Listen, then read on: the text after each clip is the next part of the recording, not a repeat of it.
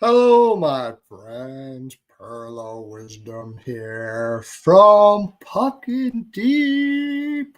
Pucking Deep. I should put it. I'm going to put a link down in the chat there. You really got to be watching this Pucking Deep stuff I'm doing. Also, the Ice Guys, which I'll be on tomorrow for 15 freaking games we got to get to. Yeah, I already started looking at a few of them, but I got a lot of work to do. I actually had a couple naps today because I'm going to get up at 4 o'clock in the morning tomorrow and get at her because I got to be ready for the show. So the first time I usually get like 4 games, 6 games, but 15 games tomorrow. It's going to be interesting. A lot of interesting games, and we're going to get into all of them. I sent the link to Exotic and to Rico, of course. And when they come in, hopefully we come right away. Otherwise, I'm going to have to get at it right away because I don't know how we're going to keep this under 2 hours. But we are going to try the game today. Of course, I had everything. I should have had way more on this game. I mean, the Oilers had 7 games and 10 nights on the road to travel. Like, it's not even fair, to tell you the honest truth. I mean, I know I shit on the Oilers, but this is not. And when I say that, it's just because they have a depth problem in Edmonton, but in all honesty, they have had a really tough schedule. Them in Calgary this first, and they get a lighter schedule this month. So I'm actually going to be betting on them more in this month. Having a lighter schedule, I won't be a lot though. We'll see. It's a very tough team to cap. It's the good thing about them though is you get great value because they were in the finals last year, which I believe they kind of got lucky to get in there. And then I've said that several times before and gave my reasons as to why. But because of that, you can get really good value on the Edmonton Oilers to fade them, but not really to pick them. Like they're a team you kind of want to fade because if you're trying to get them for a value, the best thing to do is take them to lose. Because if they get way higher prices than they should based on what kind of team that they have. So we'll see. Maybe because they had such a poor month here, the markets will shift them down a little bit and you can get a little better value on taking them rather than fading them. But I don't know. The once you have the McDavid angle in there, I'm going to share this out. I don't know why you can't share it. I'm going to try to share this out. What's going on? Come on. There we are.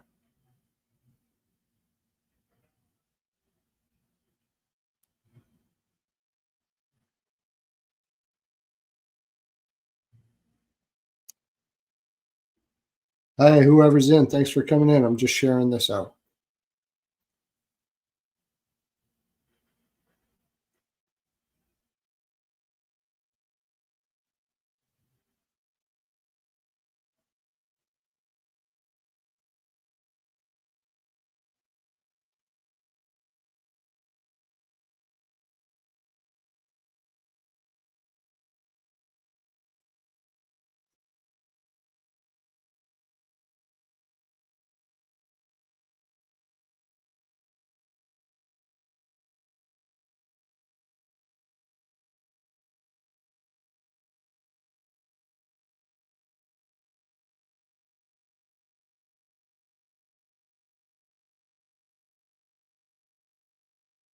There we go.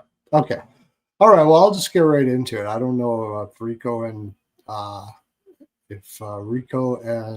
Dre are going to be coming in.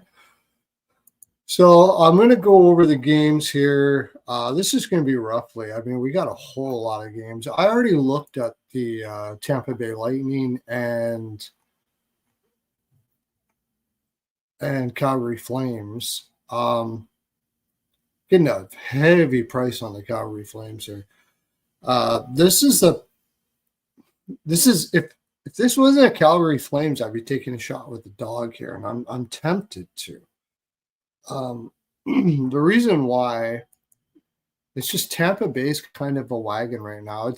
I don't know if I can go against them, but I do think what I can do is I don't think this will be an over. I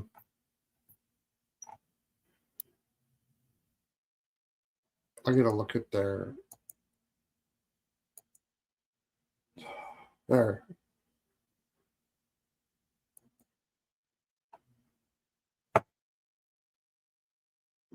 is it? Okay. I don't think this will be an over. I know Calgary's been scoring more a little bit as of late. They had 6 against Buffalo, 3 against Dallas, just barely beat Dallas, and 5 against Vancouver. Vancouver, anybody can score on Vancouver right now. And Buffalo, well, for the most part, that seems to be the case too. And who's in net? I can't remember who was in net for that game. But Tampa has been very difficult to score on. They've had Washington got 3 on them. Philadelphia got shut out. Not a great scoring team. Edmonton, they shut out. Or no, sorry, they got 1 on them. New Jersey got 1. When they did lose, they lost to Vancouver in kind of a difficult spot. They beat Florida, only 1. Now, I know Calgary's been scoring a lot as of late, but a little bit more as of late, but you're going against this Tampa Bay team. It seems like the main focus for them is to not allow goals. In general, Calgary does not have much scoring at all. So I think the under. I think an under is a good to go here. But another thing is they're both good under first period teams. So I'm going to look at the under first period. Let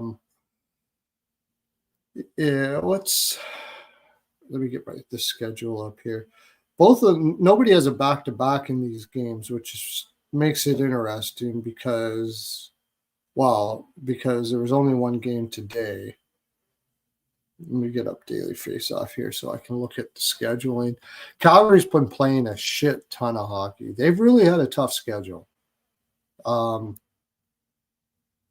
It's not really fair, to tell you the honest truth. I guess everybody's going to go through this with this condensed schedule, though. But they played Chicago and Buffalo on the road. Then they went home for 1 game. They did catch the win on Dallas. And then they come back and play Vancouver. I think they have 2 days off here, though. Now, I've said that I'm going to start looking towards Calgary a little more as the schedule gets a little better. So they did have 2 days off, but they had to fly to Tampa Bay. Oh, good. Exotic is here. Thank you. Thanks, buddy. Glad you came. What's happening? I nailed everything on this Dallas game, that's for sure. Oh, that's great. Yeah, I had first period puck line, second period over was my biggest bets. Over Dallas money line. I had everything. It was just too bad of a spot for Edmonton. 7 games in 10 nights on the road. Like, I know I kind of shit on Edmonton a bit, but not too many teams are winning in that spot. Yeah. Yeah, they're getting fucking obliterated. And especially against a Dallas team that's still angry about the playoffs. Yeah. Should have had more on it than I did. So yeah, me too. Yeah. Does my mic sound okay? It sounds great. Okay. I figured out remember it kept coming in real low. I still haven't figured out the echoing part, but I was using that sound mixer, but the main feed on my laptop was turned all the way down, so it really didn't matter how loud I turned it on the Roslovic just scored 7-3. It didn't matter how much I turned it up on the mixer because the main feed on the laptop was turned all the way down, so I got that fixed and it seems to be working fine now on all my mics.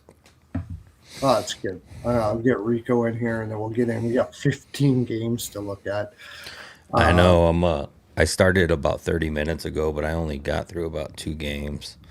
Now I got through the Calgary one. I like under first period in that game to start off with.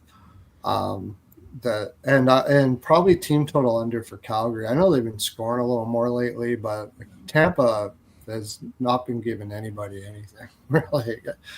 Uh, Yeah. what do you think on that game? I actually haven't got to that game yet. Oh, okay. You haven't got to that one yet. No, I went over the Philly. Okay, I went over that one a bit. Philly and Florida. Yeah, yeah. I can't.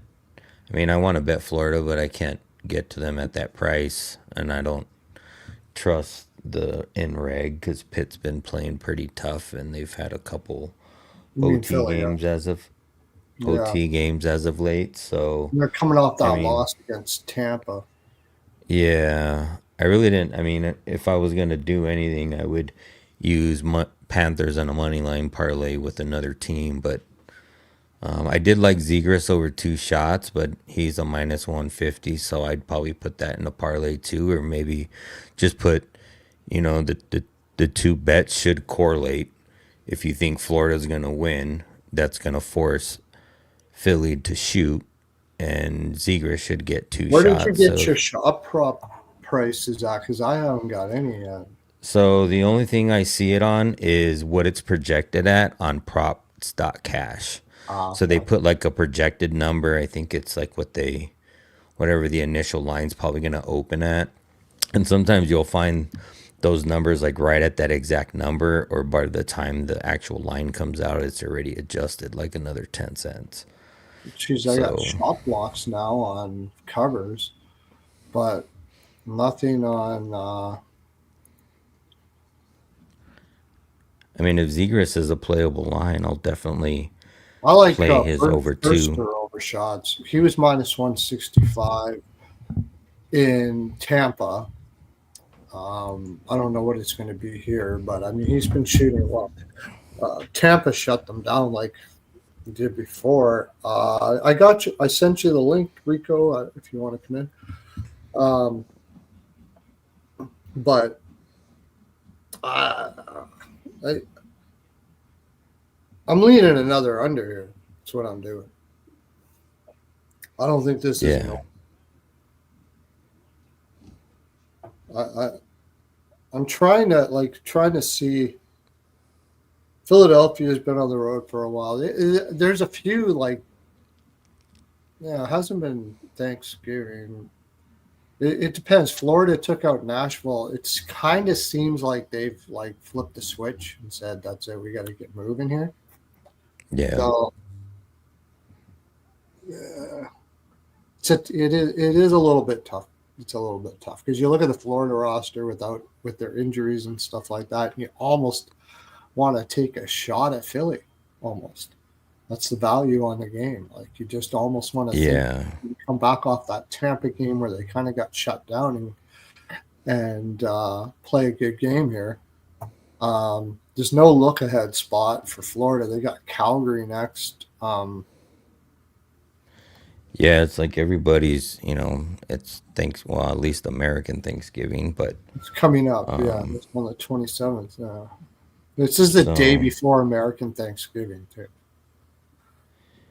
yeah, and you So got Philly on the road, and they're probably gonna go home for Thanksgiving, but then they head right up back out, and then you got Florida. Like Florida's already been at home. They got the next 3 games at least at yeah, home that I can see. So yeah. there's no real stress for them. There's no coming home to their families. But on the other hand, too, like Philly's in a bad spot. I was looking at the standings. Like I think they both have, yeah, they both have 21 points. But you got Panthers that are fourth in the Atlantic, and then you got the Flyers that are second to last in the Metropolitan. So, Philly, the points do definitely, I feel like, matter to them the Yeah. most, even though they both have 21. But, like I'd hate to say draw, but that, with I Philly's don't think draw draw's a too, bad look here. I mean, yeah. That's why I really I don't like. I want generally. Panthers. Mm-hmm. Maybe game to get to overtime and Panthers to win in overtime or win in a shootout, something like Yeah. that. You got Harrison versus Bobrovsky, so Oh, if it's Harrison, I think Harrison played in Tampa. I think they're let's putting see. Vladar in. There's one thing I do like in this game that we'll see whenever it comes up on the props, and that's Vladar over saves. I think that's the only thing major I'm going to play on here on this game because I'm just a little funny about Florida. It's just a case of when are they going to click in and say, okay, we got to win some games? Is it now? They went to Nashville after that loss to Edmonton. They got above 500. Maybe it, it. The way I see it is, if Florida wants to win this game, they win this game. That's Yeah, the way I see it.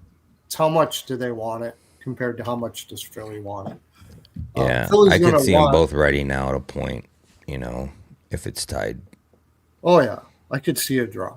Yeah, but I'm going to say also that because there is that want to get a point kind of thing here, I will take under. I don't think it's going to get up to 6.5. And so I'm going to do that. Andy Francis special. No on FanDuel. No goals in the first 5 minutes and under 6.5. Yeah, Whenever that pops up, you can usually get I that like at that. -120, -110. Yeah, if they happen to score a goal in the first period, I get or first five, I guess. But I don't. I doubt it. I doubt it. I think I think both teams are going to feel each other out in the first. Philly's going to definitely come out harder. If I had to take a check, if I had to guess at who's going to score first, I would say Philly, or who's going to. If Philly was going to come out harder, and I just can't see them being happy with what happened in Tampa Bay. Although Yeah, you can be the problem is not really anything you could do. It's just that roster is really going to have a hard time with a team like Tampa Bay. So, and that you look at how big Florida's defense here, they're going to have a pretty tough time against Florida too, scoring. Too. yeah, They're not the biggest team up front, Philadelphia, and they try to play a kind of a big team game with small forwards. How you doing, Rico? Better now that Rosovich scored. Did you have Roslovich for a goal? I just threw a four swinger parlay, just one bet on this game. I took Dallas money line, Robertson 3 shots, Rosovich ATG, and Robertson 2 shots on goal plus 1,600. nice. Did you get it? Oh yeah. This Yeah, is a Dallas spot all day long. I took the Robertson shots. He's been shooting like crazy. I had everything. I had first period Dallas. Second period over was my biggest bet. I had 1.5 and 2. Over 1.5 and 2. I got 1.5 on -140. I couldn't believe it. I was like, what the hell? That is freaking gold. Both of these teams are huge second period over teams.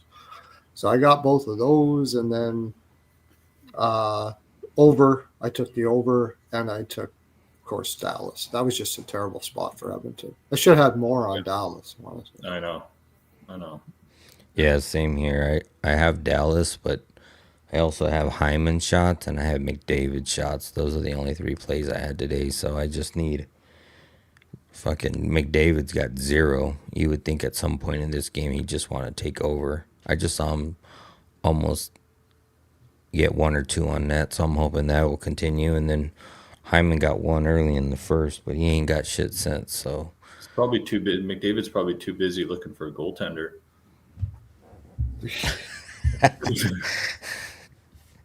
going up and down the glass, asking everybody. There's more than goaltending problem with that team, that's for sure. But we started on game 1 because we do have 15 games to go. Yeah. So we Let's see if we first can get looked this at under the 2 hours. Philly, Florida, and like, what is it for Philly? What's the price on it?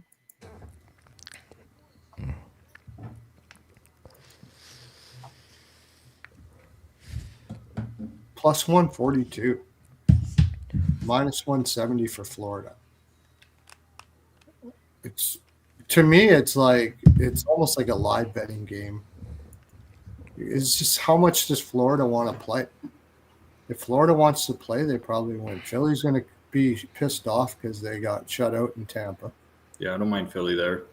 Florida took that quick trip to Nashville, then back home. Philly's coming off a shutout loss against Tampa. Yeah, I mean, a plus 142, it's the only way to go, right? Sure. Philly's been decent this year. I think a little better at home than the road, aren't they, though? Yeah. Yeah. Still. Yeah, they haven't been a good road team because they're pretty shallow on defense. That's what has me worried about this game. They're pretty shallow on D. Yeah, Philly draw or nothing. Unless you bet Florida some other way, but I don't think Philly's going to score a lot, though. I don't know. Yeah, I'll be right back, buddy. Yeah, okay. What is Philadelphia on the road? Sorry, keep going without me. I'll be back. All right. Yeah. I'm just looking at what Philly's record is on the road. 3-4-1. 3-4-1. And Florida's 8-3-1 at home. Like, they're owning their own barn. I don't know. I think it's a tough game. I'm going to have to go with my gut in the morning on that one, and I just still say probably under. I just still say, especially if Vladar is in and over saves for Vladar. That's probably the best bet. And then props. Take shot props. Shot props, yeah. Reinhardt's been shooting more. Marchand hasn't been shooting as much as of late, but Lundell's on that top line. Take him for a point. I think that's the best way to go with that game. All right, let's go to the next one. Which other one did you look at, kind of? Buffalo Pitt. Oh, no. Goaltender Buffalo Pitt you looked at? Oh, Bastion scored another one. Skinner put his head. Okay, I want to see what he did. No, that was Pickard. Pickard put his hands up. Like, was he just saying that somebody interfered with him? Oh yeah, somebody took a stick. That's what it was. Okay, I thought he was bitching to his defense, but yeah, it was, maybe he was asking for somebody to fucking play defense. Yeah, I thought that's what it was. Yeah, I thought that's what it was. But somebody took a stick. His stick got caught up. He didn't take it, or it wouldn't have been a goal. But yeah, Buffalo Pittsburgh. Isn't that a later game? Or is that still the 5? No, it's a 5. Okay. It's a 5-7. This is a tough one too, because when is Pittsburgh going to wake up, like, from the Sweden trip? Yeah, I wrote down draw, or I wrote down Buffalo or draw. Like, I feel like Buffalo and Pittsburgh's finally dwindling down, regressing, off of that high, regressing. You know, they've lost 5 of the last 6. Mm-hmm. 6 of the last 8 or 9. Yeah. So, and when you look at Buffalo, like, I thought about taking just Buffalo team total over 3. Like, Buffalo's scored 3 or more in the last 8 of the last 10. Mm-hmm. And if you look at Pittsburgh, like, Pittsburgh really hasn't. I mean, they've only scored more than 2. They haven't scored more than 2 in the last 6 games. Or no, I'm sorry, 4 of the last 5 games, because they had that 4-0 win against Nashville, which was pretty much a given win spot, you know, in the back-to-back games in Sweden. So, yeah, like, look at Pittsburgh's lineup. There's nothing there, man. No, I think it's Buffalo. They got Connor Dewar on the top line with Crosby and Ben Kindell. Yeah. Yeah. Like, if you don't mind playing the minus 150, the 2.5 is and Buffalo's got I'll just play the flat 3. Like, I don't know, maybe Buffalo comes back and starts to win, but I'm just saying, just take the 3 and I like playing both. because it's not likely that Buffalo is only going to score 2. I'll play the 2.5 and the 3 split. And then if it only goes to 3, then I just split. That's Both it. both I'm a high goalies volume are player, averaging so three all three of goals those per game. splits are good for me. Yeah. And Buffalo got Benson back. I mean, their lineup's looking a little better now. They got Quinn, McLeod, Zucker, Tuck, Thompson, Doan. Thompson for called them goal out, again. then they killed the Hawks was- and beat the Hurricanes 4-1. I think it's kind of weird spots for each team where Buffalo's just going to Pittsburgh for 1, then back home again. Then Pittsburgh's going on the road for 1, then back home again.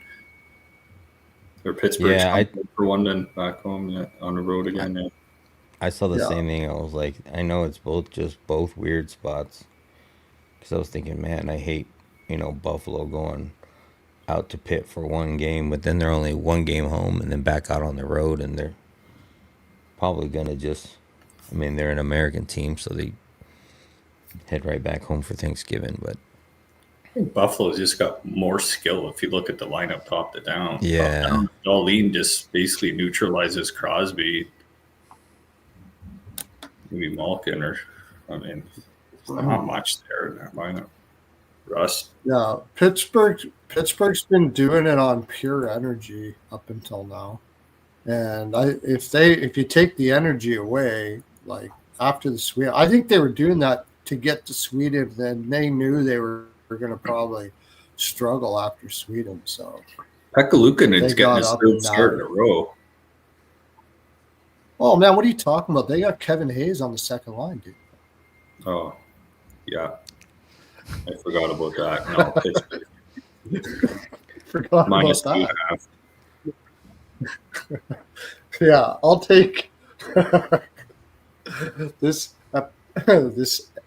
part of the program brought to you by Jaime's Body Lube.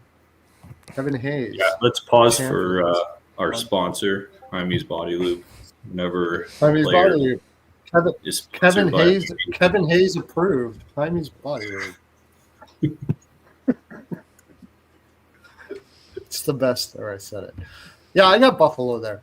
Again, I mean, that's the only way I can go. I like Buffalo. I don't know who's going to be in net for Buffalo.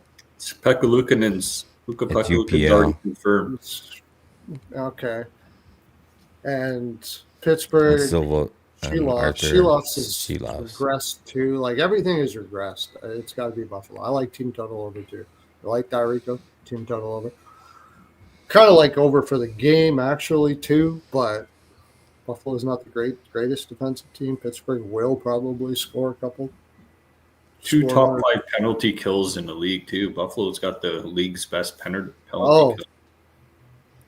That could put us. I don't think there's going to be too many penalties in this game, though. That's the thing. Well, and they haven't scored more than 2 in 5 of the last 6. Yeah. So you can at least get 2 from Pitt. Yeah, it's probably just best to settle on the team total over and not worry about the over for the game. That's exactly my thought. I'd say Buffalo first power play against the league's best penalty kill. Pittsburgh has the league's best power play. Pittsburgh has the league's best power play. Yeah, 32% clip. Yeah, how long? I don't think that's going to last forever, though. Right?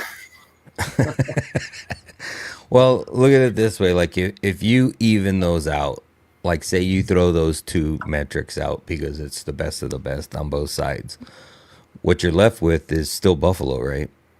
That's the problem. Yeah, you're still Buffalo. And that's the problem is you're betting on Buffalo, which I hate to do, but you have no choice there.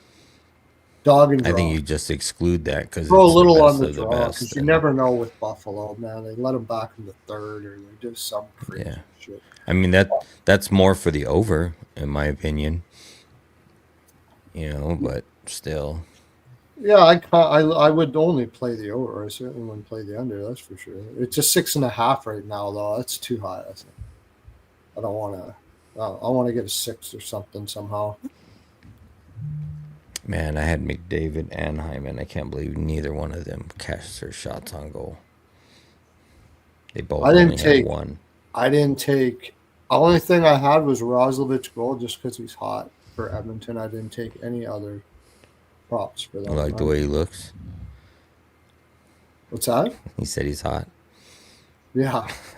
I didn't think it was that good looking, but Hot right now. Now you can cut to your high knees body lube. Again, yes. This. What did they say? This area of the episode? No, this something of the episode is brought to. This episode is brought to you by. This something of the episode is brought to you by Heine's Body. This section of the episode is brought to you by. Heine's Body. Yes, it's so hot right now. I think end of the day, Buffalo, Tage Thompson's speech, 2 in a row, big wins over Chicago and Carolina, giving up 4 goals in 2 games. I think Buffalo keeps it rolling here, especially at that price. Yeah. All Dog. right. Dog at home or road dog. I'll look at when I'm doing my things tomorrow. I don't know. I'm going to get. I got Ice Guys tomorrow. I got cap 15 games. So I don't know how much Twitter stuff is going to be out there. You're going to have to watch me on that. I do like the over first period, though. Sabres are a big over first period team. And you could probably get Sabres to score a goal for a decent price, too, in the first period. Thompson, 2+ points. He's had 3 in the he's covered at 3 in the last 4 on the road. Take Doan for That's points. probably a good. Buffalo's going to score a lot of goals. There's a lot of good players. Plus 215. Did they got that? They sent that Rojan down, didn't they? Yeah. Alex Tuck. I mean, all of that. Quinn's been getting hot. You might want to throw a little on him. Yeah, his shots. I was taking his 3 shots there for a while at plus money. For Jack Quinn. Oilers suck, yeah. By the way, anybody that today we're only having 3 guys on because we got 15 games and we'll be on until freaking 5 in the morning if we have more. We do a good enough job taking forever ourselves. All right, so those 2 games are good. What's next? Blues versus Jersey. I can really take the Devils. I mean, you can't take the Rangers in that spot. Forget about it. You're not doing much. I even if Markstrom's in net, I don't care. It's going to be Binnington, but I mean, does Binnington care about this game? I don't. I think it's Devils in regulation. I haven't looked at the scheduling spot for the Devils, but they've pretty much been home. They've got a great home record. Because the Devils go to Buffalo at a 4:00 Eastern game on Friday, and then back against Philly. So I think I might take the Sabres at home against them in the next. Yeah, game. I'll take them there. Yeah, take the Devils here. But I'm not taking the St. Louis. I'm fading St. Louis for a long time now. That's a terrible spot to lose. You should have won that game. Can't win that one. You're probably not winning shit. And they've been on the road for a while too, right? They went to Toronto, Philly, Long Island, New York Rangers, and now the Devils, and then they're going back home after this one. Yeah, they had a bad road trip. That's the only thing that worries me is they had a bad road trip, so they're probably gonna. They should drain the tank in this game, but do you trust them to? Yeah, they got 2 points out of 4 games, but they were all like 1-goal games. All 4 of the games on this road trip, they were decided by 1 goal. 2 of them went to overtime, so they got 2 points in them. I'm taking the under for sure. St. Louis can't score. New Jersey isn't gonna. You think this is an over, Rico? I don't know. I'm just scared to take New Jersey, or like you said, they might want to just jump on that plane after a win to at least feel better about themselves going home. It's 3-3. It says 3-7 to the under in the last 10 in the head-to-heads, but one shows Beddington versus Markstrom, and the other one shows Bennington and Allen. If Allen's in, I'm definitely on New Jersey. I just don't know how I want to bet it. Yeah, you got 2 showing Markstrom 17th, like last year, and it was 4-1 Jersey. So, but all 3. If you're going to take St. Louis, take them in the first period. That seems to be the only thing they can win. They won in New York. They won first period in the Islanders game, and Yeah, I think it's like 3 in a row now. They've won the first period. And New Jersey is not a good first period, too. So maybe wait for St. Louis to score in the first period and then live bet New Jersey after that. Bennington is 6-4. The last 10 versus New Jersey with a 2.32 goals against and a 9.23 save percentage. But as of late, he's been absolute horrible. He's got a .874 goals against and a 3.37. Yeah. I mean, 3.37 goals against and an 8.74 save percentage. I don't trust Bennington. If I'm going to do anything for any over stuff, it would be New Jersey over. They kind of got their goal scoring going against Detroit. That was against Talbot, but it would be New Jersey team total over, but you're probably not getting a very good price on it. Minus 142. If you could get a 3, but I can't tell because BetMGM, you can't get their lines till almost noon sometimes. Like, it's crazy. I hate them that way. But I definitely wouldn't do. I would only do St. Louis first period, and I'm leaning more to an under because I just don't think St. Louis will score. Maybe St. Louis team total under. How many? If it's Allen, I might put a little bit on St. Louis team total under. They haven't been scoring with the shit.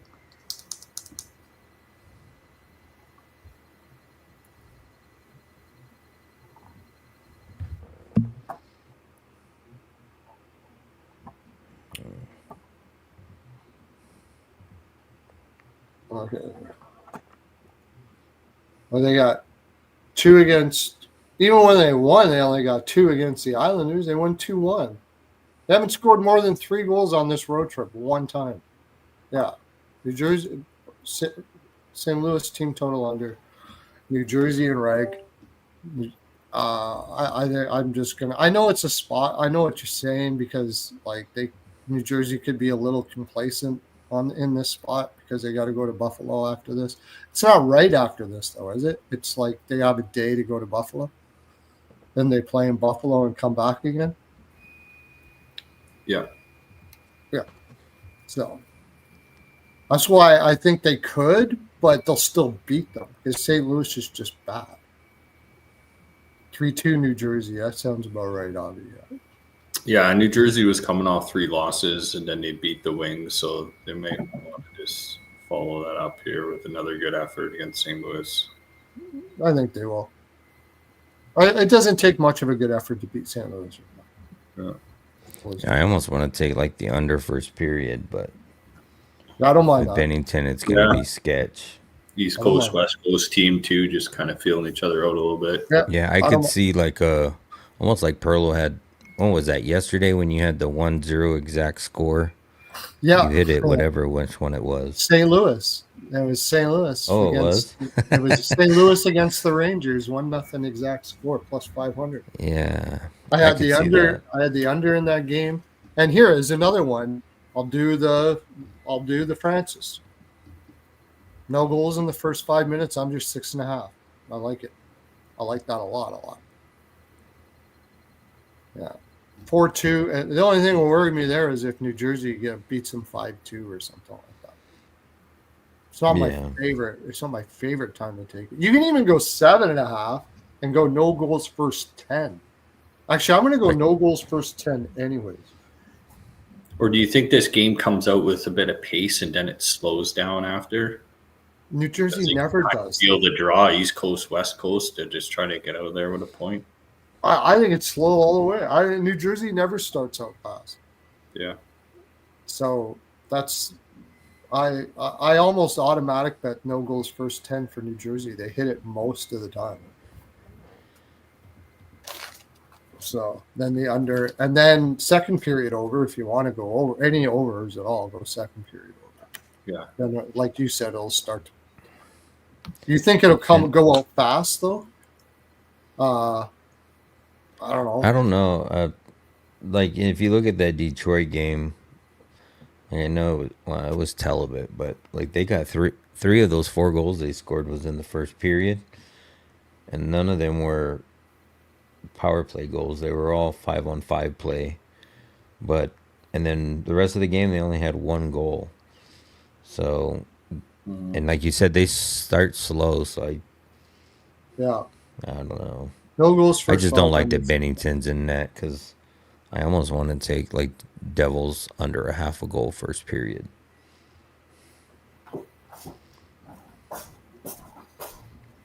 But they're just not a very good first period team. And St. Louis has Yeah. won 3 first periods in a row. So I'd probably stay away from that. yeah, I looked at their numbers in the first period, and I think Devils are like. Here, I'll look at it. I still got it pulled up, but I want to say they're like 26th in the league for scoring a goal in the first period. Yeah. No, they don't score in the first period.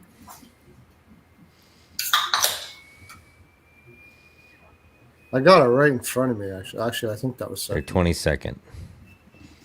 Where do you get that at? NHL.com. Oh, okay. I didn't know they had that. I go on EVA Analytics where it tells you exactly what their over-under is. Yeah, the only thing that sucks about NHL is you can't do like what is in their last 10. It's just the season Yeah. total, you know. Like I would like to see like what the percentage of, you know, like if they score like, you know, 1.8 goals per first period in the last 10 games or something like that. Yeah. New Jersey's 3-6-0 to the under in the first period at home, and St. Louis is 5-6-0 to the under. A little bit more of an over, but New Jersey's a good under team when it comes to that.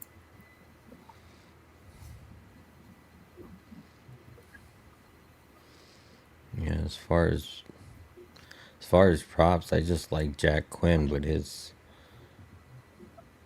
what is his head to head? His head to head is horrible for over 2.5 in the head to head, but Meyer he's covered it overshots. Meyer's been shooting like a son of a bitch, and whenever they put him on the top line, he's good for overshots. Yeah. And Heischer's been scored, shooting a right? lot too. See, they got Jersey has a lot of teams. Jersey is 4-2-3, so I don't mind Jersey first period puck line, except with St. Louis. It's just that St. Louis has 6-2-3. They're both good first period teams, so maybe I better stay off that. Maybe you got a point there. It just context says yes, but they're both good first period teams.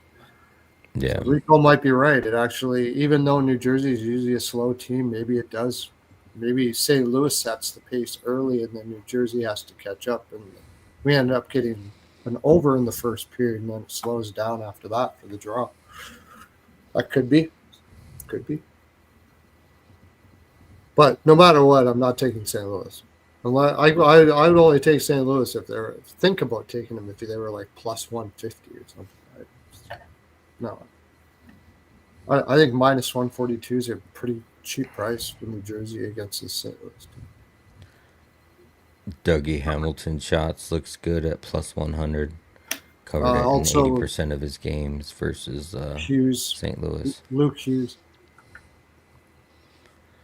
St. Doug Louis, had- there's room problems going on there. Kairu's on the block apparently. There's he's not happy with the coach. Coach isn't happy with him. All kinds of stuff. Again, imagine him not being happy with the coach.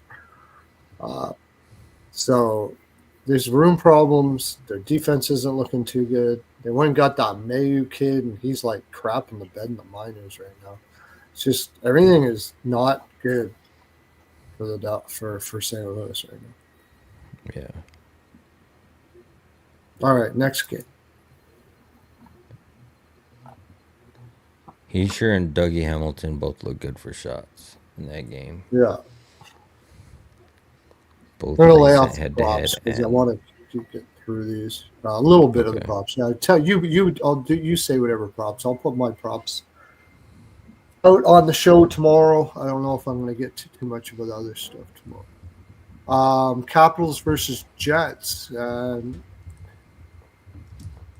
plus 130 is freaking just so enticing to take the Jets here. I know they last time, almost in this exact same spot last year, the Jets dummied the Capitals.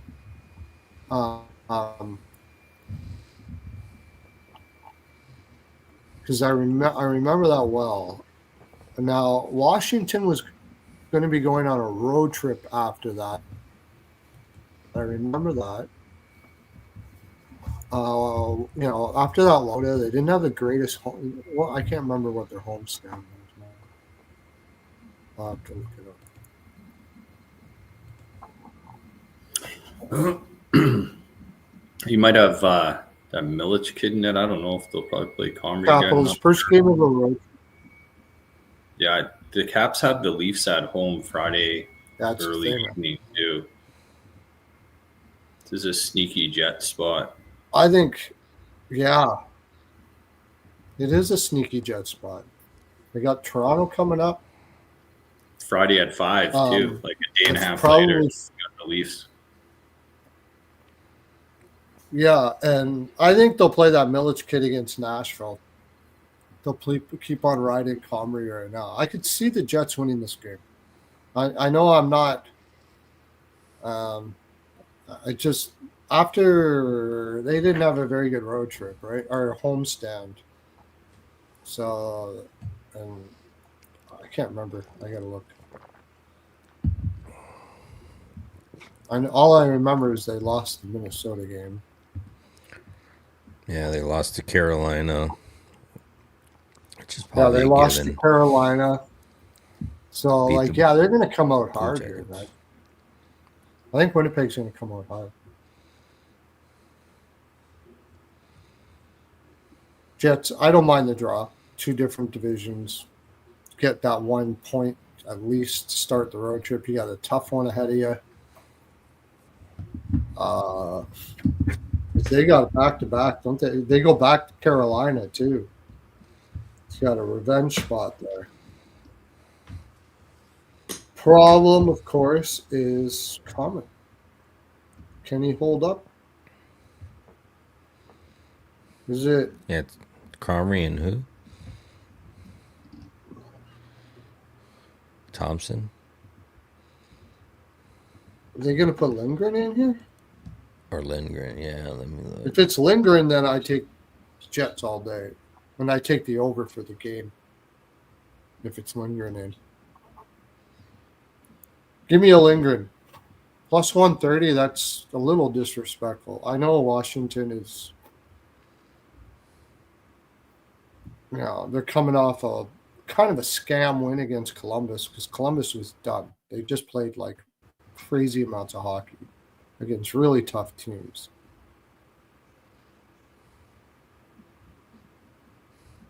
The plus 130. One's got Thompson and Comrie. The other one's got Thompson and Milich. Milich? Milich. I don't see them playing Milich here. I don't see it. I don't know. I don't even know anything about this guy. Yeah, the only one that's showing Milich is RotorWire, and they haven't been the most correct. The other two are showing Comrie. I would assume it's Comrie. I would think so. First game of a road trip, I don't think you want to put. Yeah, Milich in. Me neither. Thomas Milich. I'm going to see.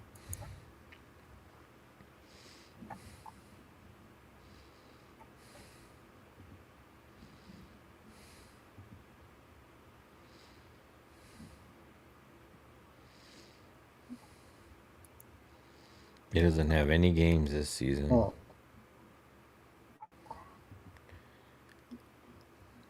I'm checking the minors. Oh, he's did well in the minors. 9 games, 214.921.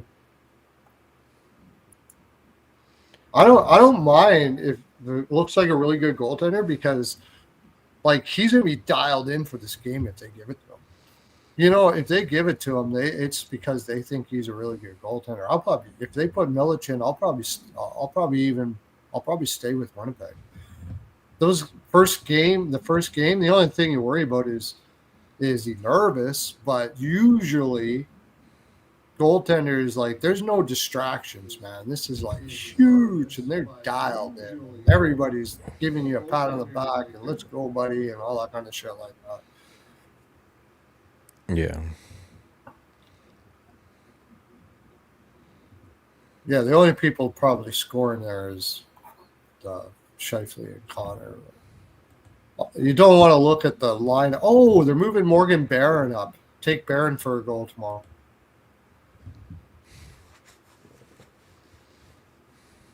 And they're moving Nemeshnikov down on the bottom. That's just good. This is a smart move. They got Perfetti on the fourth line. So they're going to be rolling four lines. They're going to be rolling four lines. Yeah, I like Winnipeg tomorrow. This was a good move. This is what they should be doing. They don't really have like superstars. Connor, I guess, is. But I mean, like throughout their lineup, I mean, losing Nealers was big. But Morgan Barron is actually usually, when he gets moved up, he usually gets a goal. That might be my bargain bin tomorrow. It's probably going to be a good price. Nyquist, really ugly.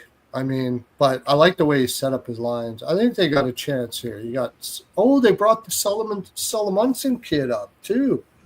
That kid is going to be good.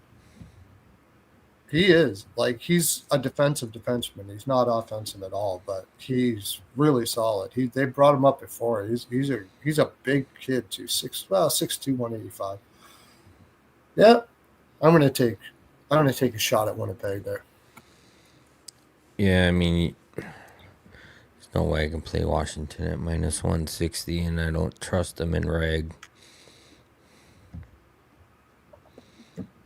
No, not in that spot. You got to take Winnipeg with the value at the plus 135. Yeah. Let's see, how many times have they lost 3 games in a row this year? Probably only once. Jaime's body lube ads are the best. Of course they are, because Jaime's is the best. Here we go. I'm going to put that up on the screen. Let's go Jets, says Avi. So draw and dog there. Over under. I don't see Winnipeg winning over, but I kind of feel an over here out there. Washington's been scoring like a lot. That's the problem. That's the only problem I have with this game. In order for Winnipeg to win, they're going to have to score in this one. Yeah, they've only lost 3 games in a row once. And outside of that, they're on a 2-game losing streak. They've only had single losses outside of that. So, what is their road record? Road record is 6-4. Washington 7-5 at home. Yeah. Kind of a splitty spot. They won in Washington last year. Yeah, I know. And there's kind of the same spot. But Washington's staying home. But again, they have Toronto coming up after this. Washington's not going to care about this game as much as Winnipeg is. That's why I'm going with Winnipeg. Winnipeg's off of especially them having bad home stands. They're going to be they hate not winning at home. So on this game, I think they're going to be balls out. I think I'll take Winnipeg first period and as well. I'm not going to look at the overall stats for the sake of time, but look at tomorrow and I'll see what I got on that. But I kind of like the over first period in this game too, because just Washington scoring. They're just scoring right now. Yeah, they have.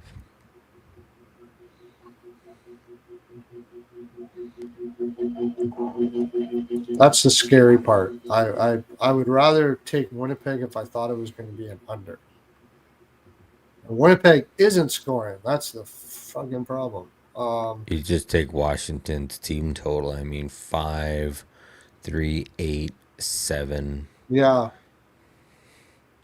Yeah, you almost have to do that. 8, 16, 23 goals in the last 4 games. Actually, up until the Jersey game. A lot of goals. Up until the Jersey game, Winnipeg was scoring. They had 5 against Vancouver, 3 against Seattle, 4 against Calgary, 5 against Columbus, 3. So, yeah, I think this isn't over. The only thing that worries me is if you look at all of Their home, their head-to-heads. losses, a lot of them are only 3 or low scoring affairs. Yeah. 4. The later ones, but their loss against Yeah. Seattle was 5-3. Carolina was 4-3. And then Minnesota, they didn't score at all. So more reason to think they're going to be outballing the score here. So I like the over. Is it a 5? It's a 6. Yeah, I kind of like the over. Comrie and net go back and forth. Maybe I like that more than Winnipeg. I'll put a sliver on. I'll put a sliver on Winnipeg because I just think Winnipeg's going to be more motivated here. If Thompson's in net, though, that could change everything, too. But Thompson's been kind of wishy-washy lately, too. If Lindgren's in net, this is straight over. Straight over. And I don't know when they played Lindgren last. I could see that. Thompson versus Winnipeg. 3.12, 0.896 save percentage, 3-1. That is Thompson versus Winnipeg. He's given up 3-5. Lindgren has played better the last. Last time they played him, I think. He got spelled in for Thompson on the 22nd. Before that, he played on the 20th.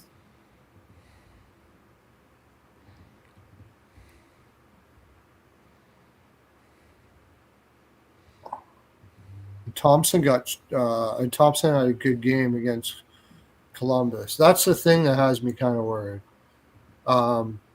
Thompson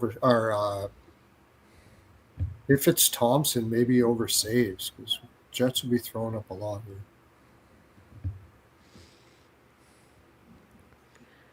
Yeah, I don't know. I mean, I like the value with Winnipeg here, but such a big slate, it's more of a pass for me. Yeah. It's not my favorite game on the board, but I can only bet the Jets. All right, let's move to another one. Rico's getting looped up there, I guess. Not enough time. Slipping away over there. Yeah.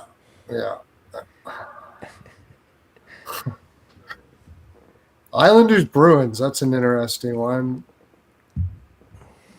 -166. It's just been tough. I think this is too tough of a spot for the Bruins. They started to fade against.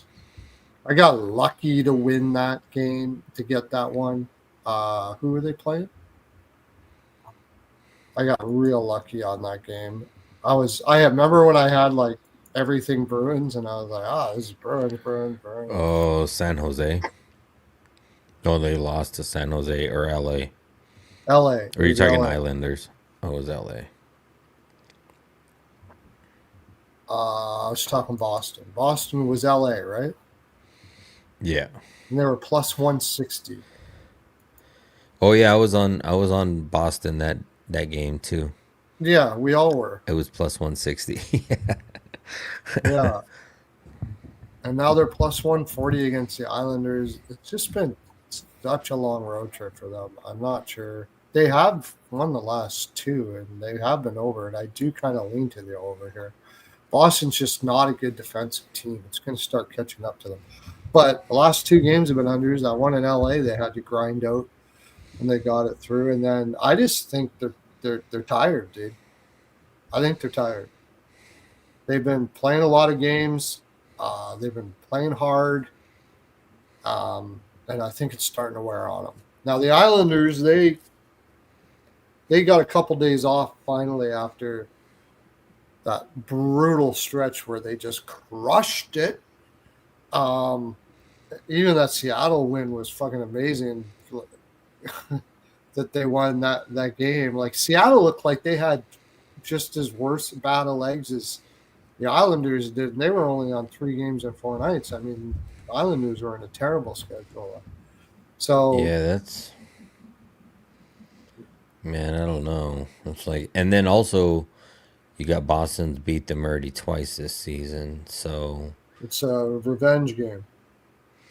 yeah, and how hard is it to sweep a team in the season? You know. Oh, for sure. But at minus 170, like there's no way I'm playing Islanders. Oh, you play the team total over. The only thing is Swayman's playing really well right now, and I imagine it will be Swayman. 7-2-1 to the over in the last 10 between the two. Lines at an even 6.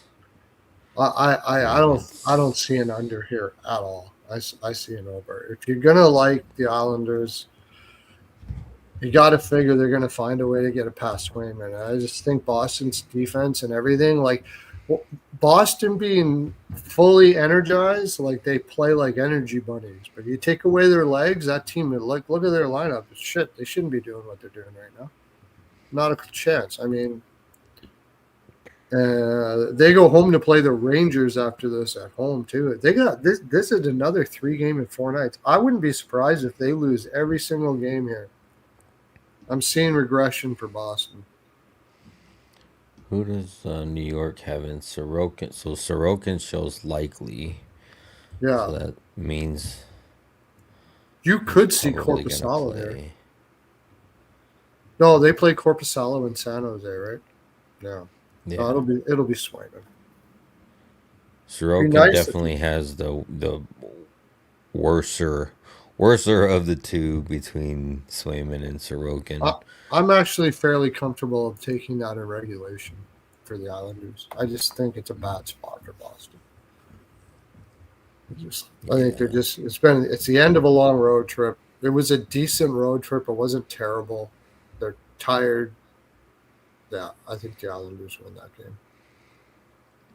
Yeah, I mean, Askarov had a fucking amazing game, though, in that San Jose game. Yeah, but, that's right. That's true. Yeah. Like, it was, 35 shots? Yeah, Boston always does that, though. They're shooting from everywhere. Yeah. Yeah. But only one on them. On the LA game, that was a Kemper game, right? That wasn't, what's his face? I'm pretty sure it was Kemper. Yeah. And then Anaheim, they put up 3. Yeah, like you said, I like Islanders in this spot. It's a team total or anything because team total is going to be juiced at 3. You're going to have to take a 3.5. Yeah. But if they're going to win, they're probably going to score 4. I think it's going to be an over. You took over 6. Is it 6.5 too? It's even 6. Even 6, and it's even on both sides of the 6. 6 is good. I got a 5.5 here at minus 135 at TK. I'm putting that in right now. Yeah, I mean 7-2 to the overs. Swayman has been playing. That's good, the better bet than the side, but I still like the Islanders. And I'll look at second period lines and stuff like that. I can look at the trends.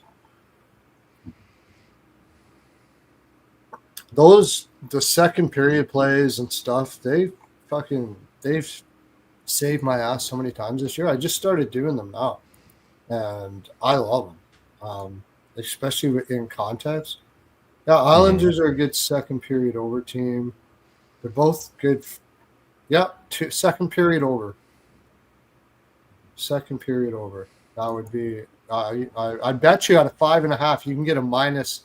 You can get like minus 140 or something like that for second period over at BetMGM when it opens. It's a 6. But I've been taking over 1.5 and 2. I did it for the Dallas game today.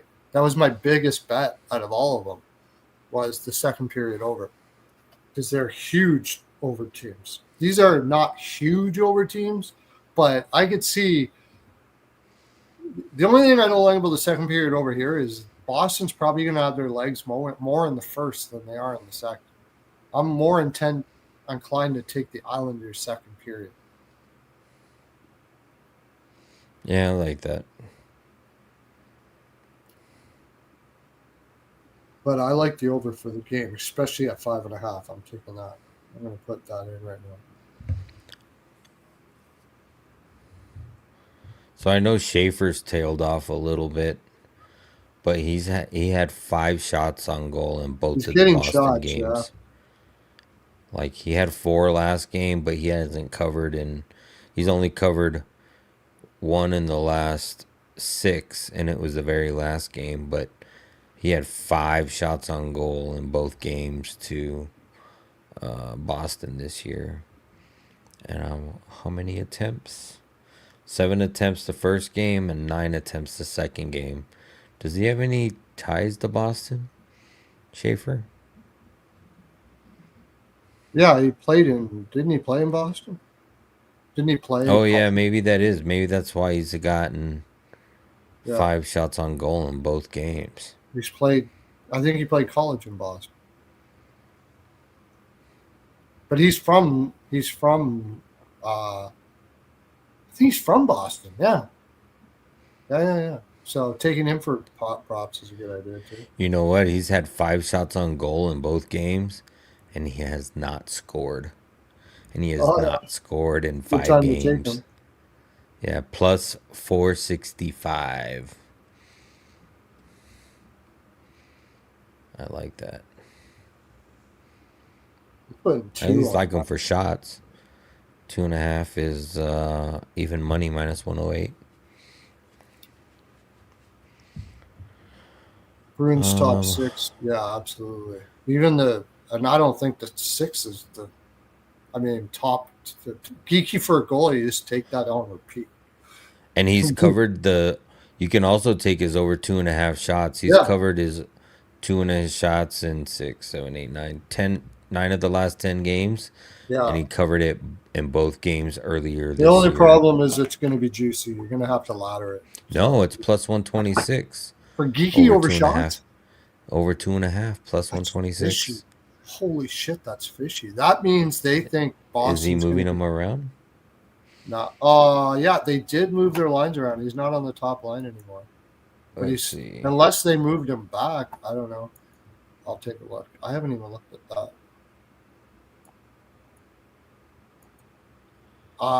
My problem with that is I'm not sure.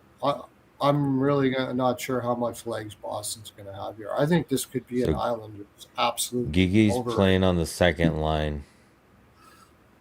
Yeah, he has been for a while now, though, and he's still scoring even when he's on the second line. So and he's still they keep on putting Matej Blumel up there, and he does absolutely fucking nothing.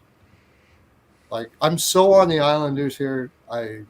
The more I talk about it, the more I like the Islanders in regulation. I might even take them puck line. I don't play puck lines too much, but this looks like a slam spot for the Islanders. Take Horvat for a goal. Take Heineman for a goal because he's still plus 400 or something like that. Yeah, just take that top line. Palmieri, all that. Just parlay that top line. I think that's a slam spot. I think they're going to beat the shit out of him. I could see this being like 5-2, 5-1, 6-1.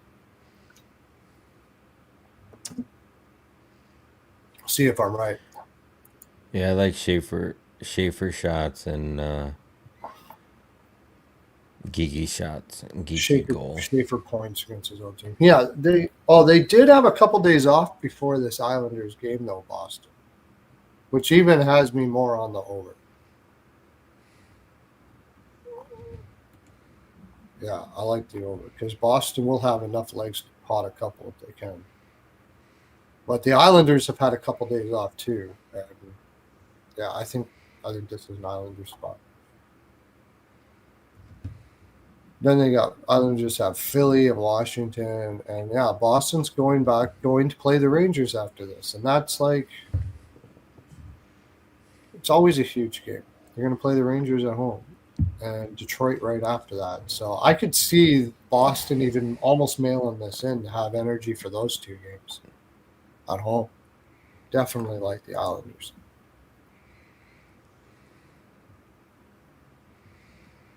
Yeah. All right, let's go there. I might even take the team total over. It's just Swayman in that too. Swayman over saves. It's gonna be a good one probably, depending on what the number is. Jets, Nashville, Detroit. Nashville's just fine. Forget about it. What is it? -162 Detroit regulation. Easy. I'm not taking anything. That Nashville's just a mess. It's the first game of a 2-team road trip. Has Detroit got 3 games in 4 nights or anything here? I don't think so. The only thing about this is it's a look-ahead game for Detroit. They got Tampa and Boston after this. It's the only thing I can say here. And they're probably going to play Gibson. I don't like that too much, but I would take the over because of that. Nashville has been shooting a lot, and Gibson hasn't been good at shots. So I would lean to the over here. It's a 5.5 2 right now. I got 6 here, but yeah, I mean 6 is even, so you probably can get that 5.5 at like -135. Yeah. Yeah. I like that over too. I think that's a cheap price for Detroit. I think -162 in regulation there is what?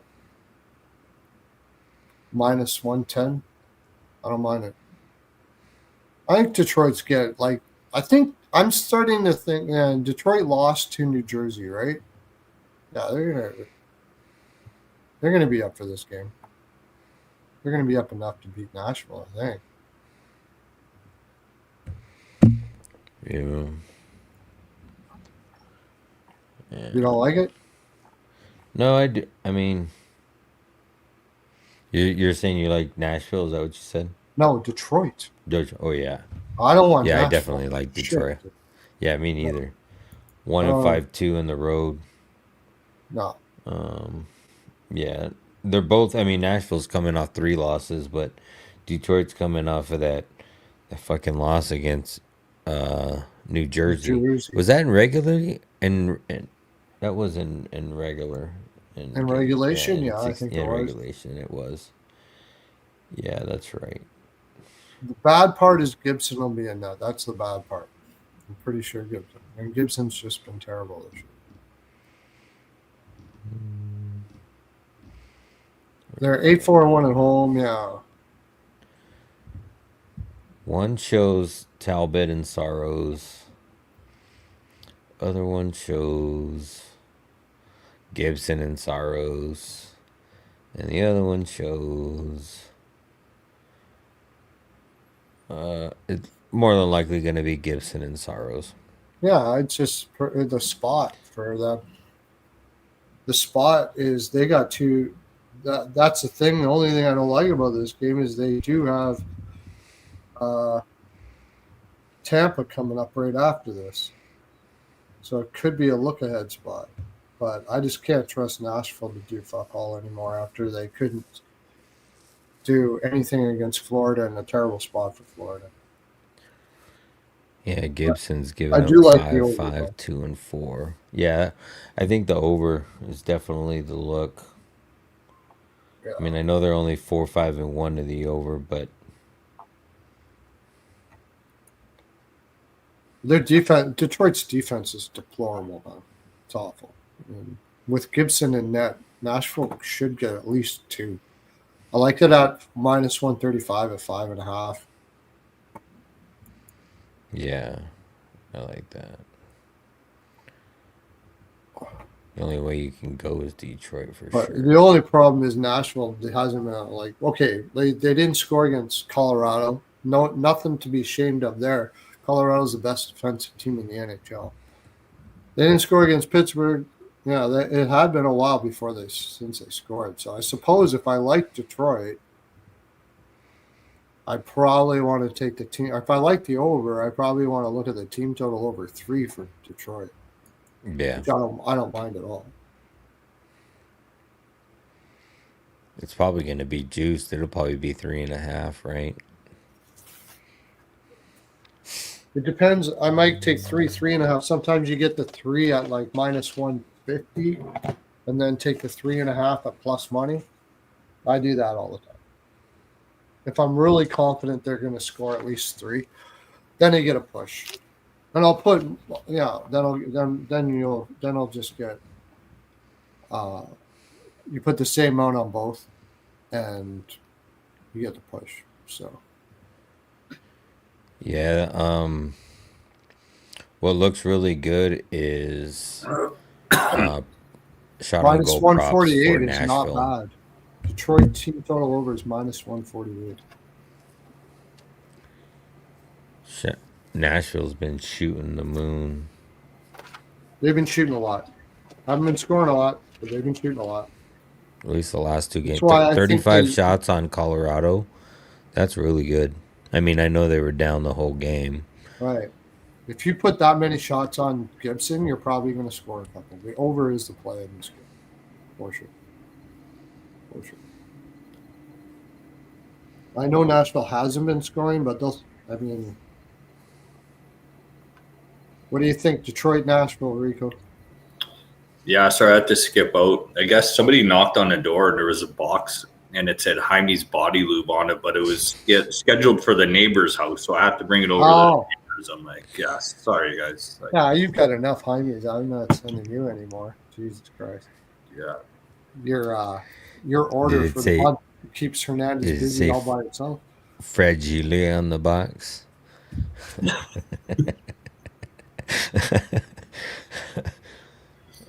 Yeah, this game, man, I don't know. Nashville's got Chicago next. Detroit has Tampa next. That's the thing I don't like is a look ahead spot for Detroit. But I just can't. 12 o'clock game too on Friday. That's an early one after this. That's a quick turnaround for the Wings. Oh man. Is it a day game tomorrow? Not tomorrow, but Friday. Oh, Friday. Okay, yeah. I don't care. I'm not trusting Nashville. Look at how much we talked about the Florida spot. Fucking sat here for a half an hour trying to say Nashville's going to win. Yeah. Screw the Preds. Take the Wings coming off a loss against the Devils. I think. Yeah. You just take Cider for an assist, plus 115. Yeah, Cider over shots too. Cider over shots. Evangelista over shots. Yeah, DeBrinca's only had like everyday players. 2 in each of the last 2 games. So watch out for Larkin's had 8 in his last 2. DeBrinca's had 4 shots his last 2. Dylan Larkin over shots. I'm taking Detroit and Reg over 3, over 3.5. Raymond over shots. And the over for the game. Yeah. That looks like a lot of shots. Oh, Cider assist is huge, yeah. Yeah, plus 115. It's plus money. Yeah. Even his points minus 125. Yeah. That's like a playable line too. Well, we didn't get into the Philly, but if you look at the Philly has some amazing props too. But the problem is if they score. If you think they're going to score tomorrow, you got like Brink at plus 300, Forster at over 300, all that, and even assists are 220 and stuff like that. Problem is I had all that in the Tampa game, and nobody scored. You got a ladder Forsberg shots. He's had 7, 4, 6, and 7 in the last 4 games versus Detroit. What about so Ryan O'Reilly's basically made the news today saying that Nashville wants a first-round pick and a top A prospect for him in a trade. Ryan O'Reilly said? No, okay. Like it's out there in the media that Nashville wants a first-round pick for him. It came out today and a all top over prospect. Twitter, of course, right? So yeah, first-round pick and an A-level prospect. A level. Okay. You have to wait to the deadline for that, probably. More reason why Nashville's not winning this game. Everybody knows. Everybody's leaving. It's like, how do you get up for this game? You're like, okay, what are we winning for again? O'Reilly's definitely going. We already know that. It's not like we're playing for our captain or anything like that. Like, I think most of them have a suitcase packed wherever they are in Nashville to be heading out somewhere. yeah. Look for Carolina for O'Reilly to land in. Okay. 7 of the last 10 I can see head-to-heads New have been Jersey too. New Jersey decided too. by the puck line. -1.5. I'm tempted to take puck line with Detroit actually, but in reg is a good enough price. So team total over. Okay, let's go to the next game. We might. I'll get you what you think about the rest of the games later. Rico, we gotta keep moving here. Mm-hmm. Rangers, Carolina. Rangers can't beat Carolina. Are you fucking kidding me? Rangers are banged up. Banged up. Did they get more injuries? Did you see the lineup they put out against the Blues and they still beat them? Yeah, I know. That's the reason why I'm not taking the Blues to win fuck all for a while. It was brutal. Yeah, Carolina's going to dummy the fuck out of them there. Oh, yeah. I don't care if they're coming back off a road trip or whatever. I don't give a shit.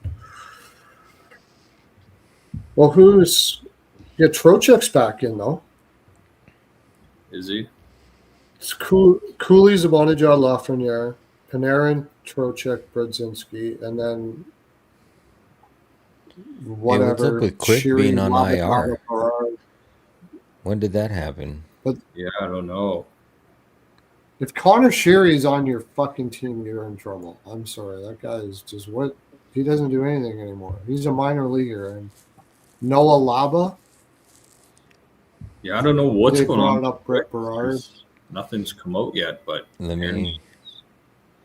So it says that Miller went on the 2-game road trip with them, but he's still day-to-day. And then Jonathan Quick was placed on the injured reserve Tuesday, according to Peter. Yeah. Will Borgen, he's day-to-day. He's probably not playing. JT Miller's probably not playing. Yeah, I can't see the Rangers winning this in any stretch. No, Carolina puck line or Carolina reg. Carolina reg, yeah. We're getting your regulation, probably team total over. Yeah, and Carolina played in Buffalo. It's not like they were coming from the West Coast, flying back home and playing the next day or anything. It was a tough spot, but they lost to Buffalo too. So. Yeah, that's what I mean. But they flew to Buffalo, so they came back into their sort of time zone. It's not like they came right from the West. Now they're getting the Rangers at home here. Anderson and Shesterkin.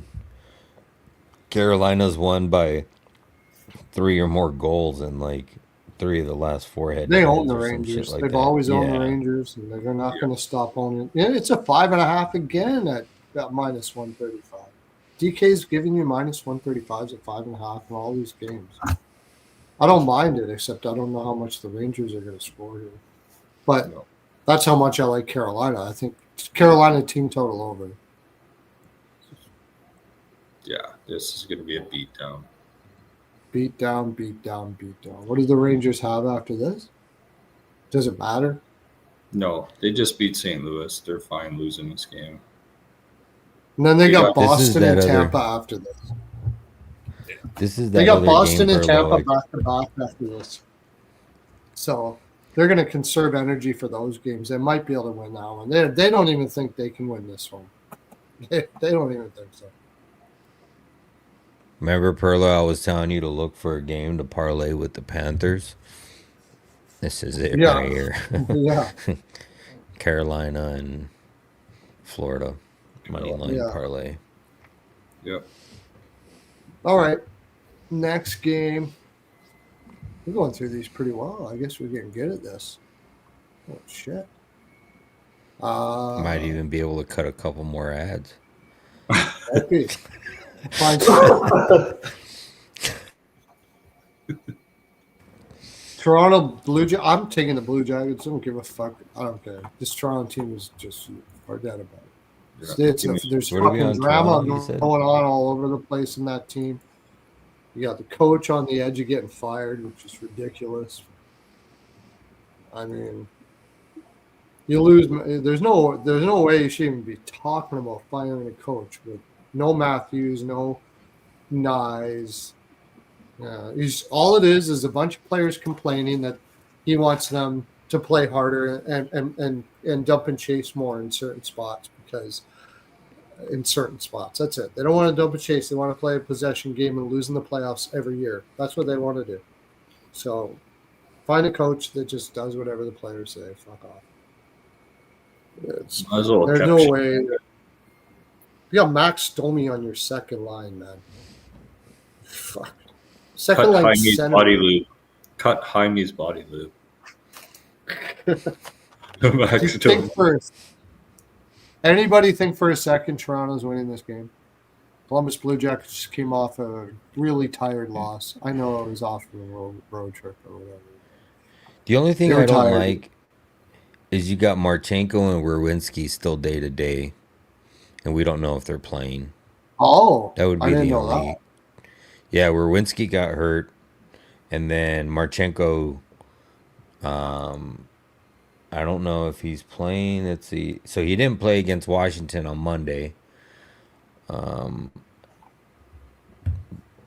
his estimated return is tomorrow. So that would be my only worry, especially if Marchenko's out. I mean, Werenski's the defense, but I mean, you really don't need defense right now against Toronto unless you're playing against Nylander or Tavares. He is totally out. Toronto's still fifth in the league in goals for, though. Yeah.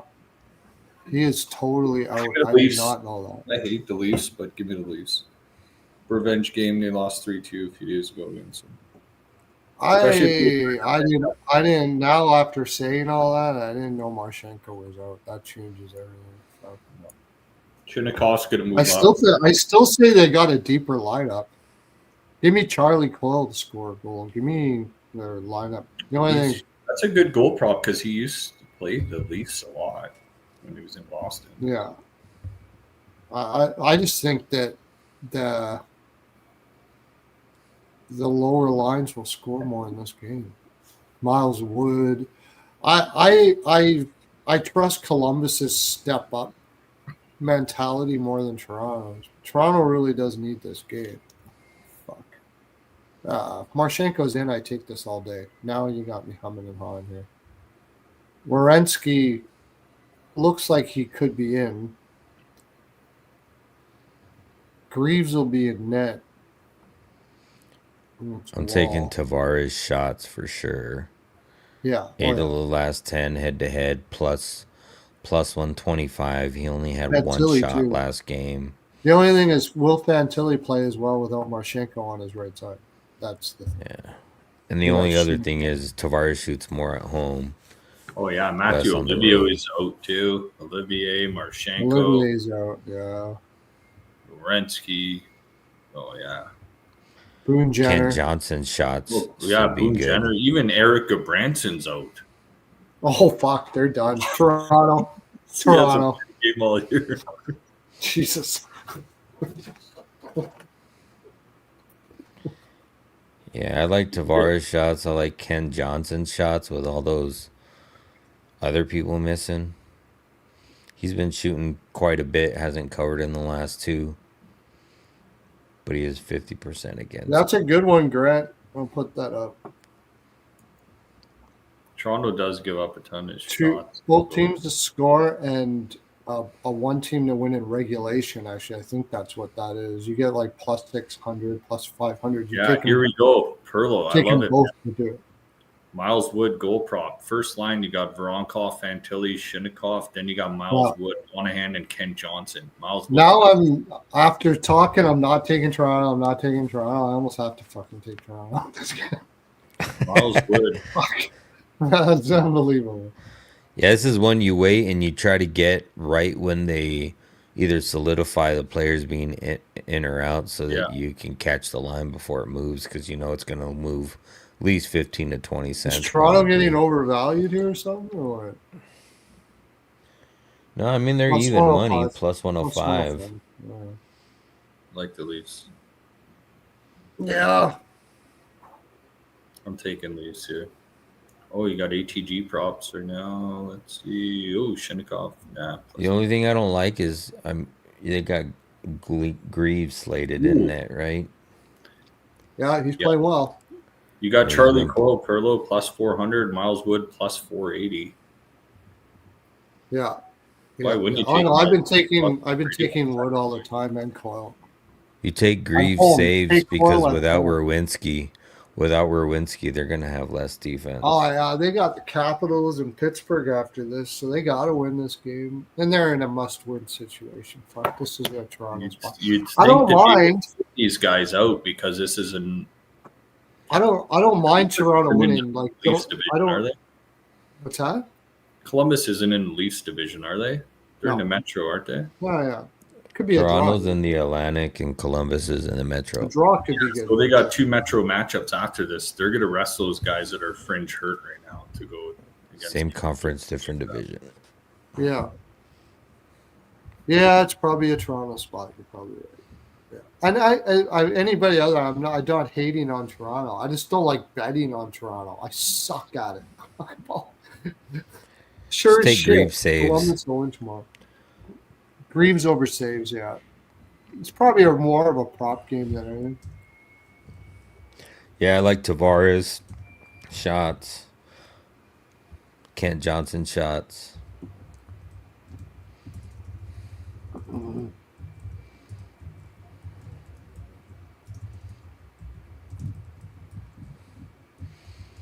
Yeah, it's Toronto.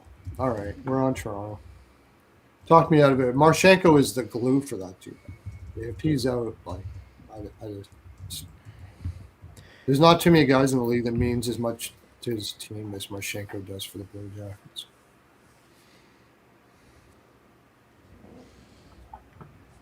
If they make the playoffs, he could be seriously considered for most valuable player to his team, for sure. Take Fantilli over shots still, though. Yeah, Fantilli's still playing the Leafs. If Orensky's in, he'll go way over his shots because without Marchenko there, they'll be going back to him. They'll be using him like fucking crazy. I'd take him for a goal, actually. And every day you take Matejchuk for a goal, plus 1,400. He got one last time, plus 1,400. He's got 5 goals in 22 games. If you add it up, how much are you up? You're up a shit ton. If you put a full unit on that, you're up a shit ton. That guy can score. He's one hell of, he's gonna. It's not gonna like give that guy 3-4 years. He's one fucking hell of a defenseman. At 21 years old, nobody's talking about him. I love that guy. And you're getting huge money for his goal props. He's got a hell of a shot. All right, next. First period over and stuff like that. We'll look at that some other time. We got to get through these. If by the way, if you don't, I'm not probably going to do all these games tomorrow on Twitter. So if you want specific games, you can buy me a coffee and I'll give you whatever you want to do. You just go to my PayPal there and I'll buy me a coffee. Because things could change tomorrow, right, guys? We could be like, wake up and just like, what the fuck was that? Yeah, yesterday's price isn't always today's either. So no, that changes too. Chicago, Minnesota. This is a tough game to cap. I'm leaning Chicago though. But did you do Calgary, Tampa Bay? Yeah, we did. Oh, we sort of talked about it.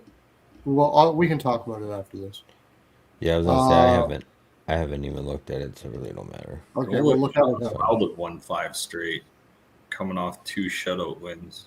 Yeah, I know it's hard to not take them, isn't it? Then you got Chicago, 3 straight Colorado. losses. an early game. They got to fly back home, and they got Colorado at 3:30. Day and a half later. Yeah. And they've Who's that? absolutely owned this matchup. Minnesota does? 9-1.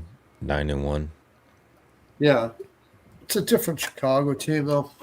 I'm on the fence about this game. Coming honestly. off 3 losses, the Hawks. But they know they got home. the Preds next. They got a layup against the Preds after this. Yeah. It's hard to go against Chicago. Like, Spencer Knight is a goaltender that can win you games. That's the hard part. In Minnesota, I know they're scoring a little more as of late, but this is a little different here. Night saves for sure. Knight over saves is like instant. But he didn't get it last time against Colorado. Colorado. Yeah, Colorado only had like 2 shots in the first period, if I remember. Yeah, I know. I correct. couldn't fucking believe that. Yeah. See, 2 Minnesota, and then like 12 or 15 in the second. Crazy. Minnesota's got those one-trick ponies on that team. That's why they could load up Boldy and Kaprizov, and they're always going to be good at home. You can always match up against Minnesota when they come into your building and shut those guys down if you can. And if Chicago can, Chicago's been playing a little better defensively, good goaltending this year. There is an alley that Chicago wins this coming off 3 losses, and Minnesota getting Colorado right after this. Yeah, or Chicago is just regressing like we said they always would, and Minnesota pummels them there. Like, I could see a lot of stuff happening there. I think Minnesota's scoring more. Oh, man. Spencer Knight is fucking makes it so hard to cap. Yeah, like I wanna take Minnesota, but I feel like it's a Chicago spot. 3, it's definitely a look ahead spot for Minnesota with Colorado coming up on Friday. But like we said, I mean, Minnesota just owns this freaking matchup. But you know what? At least the last 4 games have all been close games, all by 1 goal. I wonder except if for the last one. Minnesota's going to put the kid in against Tier, or are they going to put in? Minnesota will put in their backup goalie in this game because they got Colorado a day and a half later. Well, I think so. Wallstad or Waldestad, what's his name? Wallstad, I don't think is their backup right now. That's I know. He's actually freaking leading the league in like save percentage and shit. It looks like it's going to be Gus because on goalie posts it's already switched from probable to likely. Oh, so it's Gus. I'm not huge on the Chicago team like a lot of other people are, but as far as their forwards and stuff are concerned, you're gonna have to cut to an ad here because the reporters comment on Gus's likely to play tomorrow says sounds like Gus tomorrow, but Hines says it's not finished.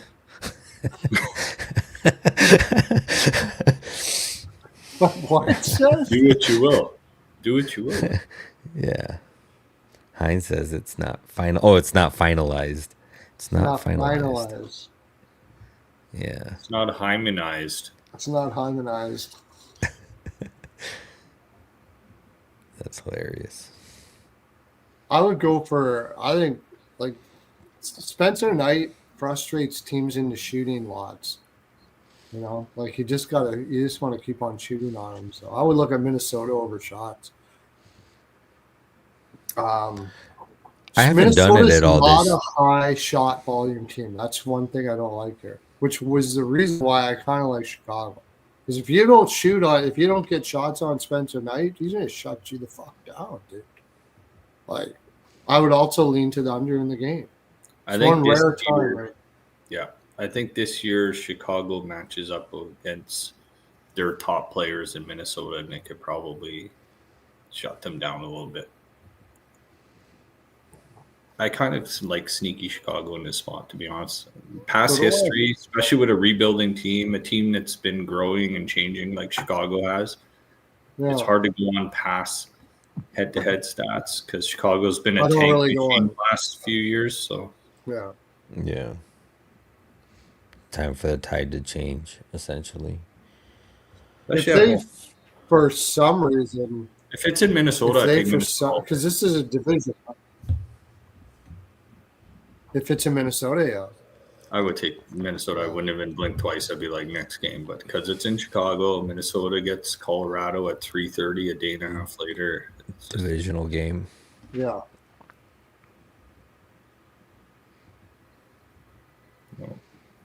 I like I the got sneaky. Puckpedia has Wallstat in the starter spot. Fuck, that'd be awesome. If Wallstat's in, I'm moving more. Just be an under.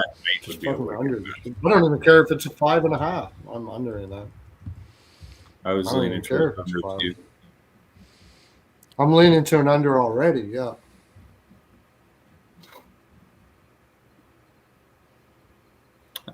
I don't think Chicago's going to score that much on Minnesota.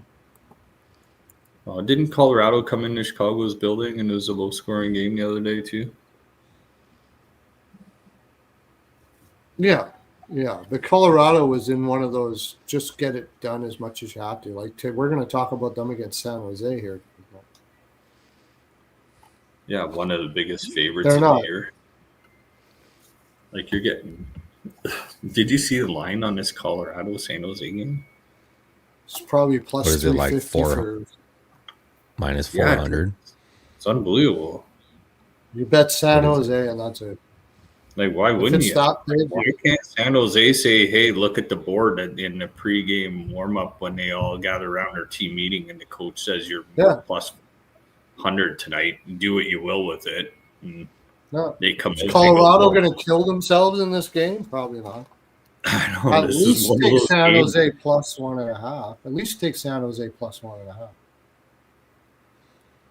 I'm not looking at spots or anything here. I mean, it's just looking at the line. Like, there's no way I'm not fabricating anything here. Because this is one of those games where it turns the calendar and you're late November and you're like, oh, shit, we should have saw it coming. Shit happened. I know Colorado, man. Colorado's not going to go out there and spank the shit out of a team like this. It's a Pacific team that has nothing to do with them.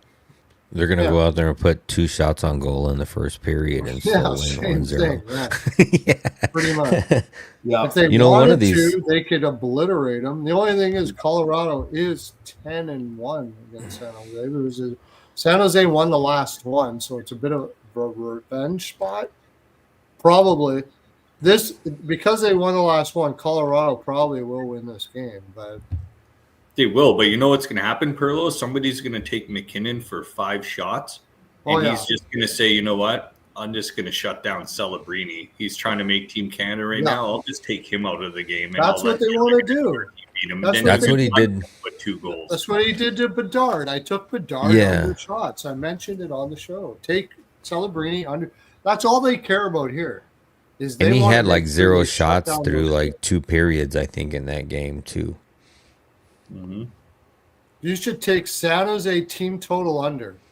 They may win, but it's going to be like 2-1.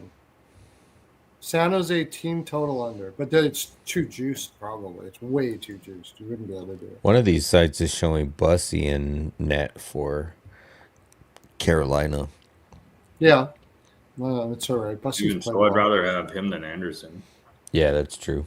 I don't really care. Bussy's not bad. And I'm not taking the Rangers any way, shape, or form of that game.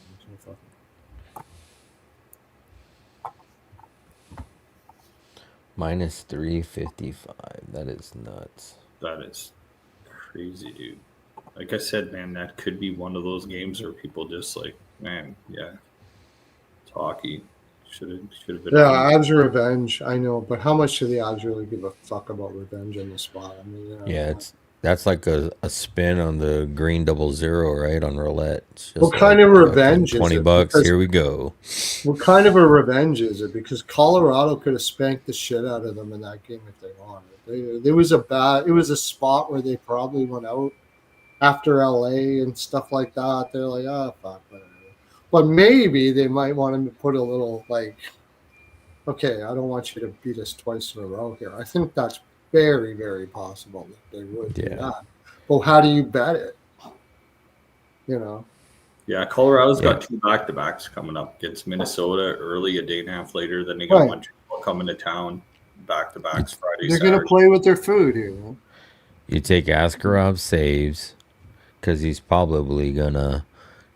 I mean, he'll probably still give up 4 or 5, but Yeah, it's not that's the going to other be a thing. That's cakewalk. another Askarov is one of those goaltenders together. I would take San Jose plus 1.5 for a little bit. He's going to give up 1 or 6. Colorado just scores enough to win. That's what I'm saying. Yeah.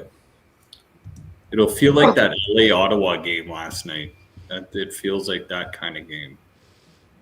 You know, when we knew LA was going to win last night, it was either going to be a draw or just LA scrape it out before they head out on 60. Yeah. That's why I had the under. I had no teams to score in the first 5. I had lots of stuff on. I made lots of money on that. I had a little bit on LA, but that wasn't my biggest bet.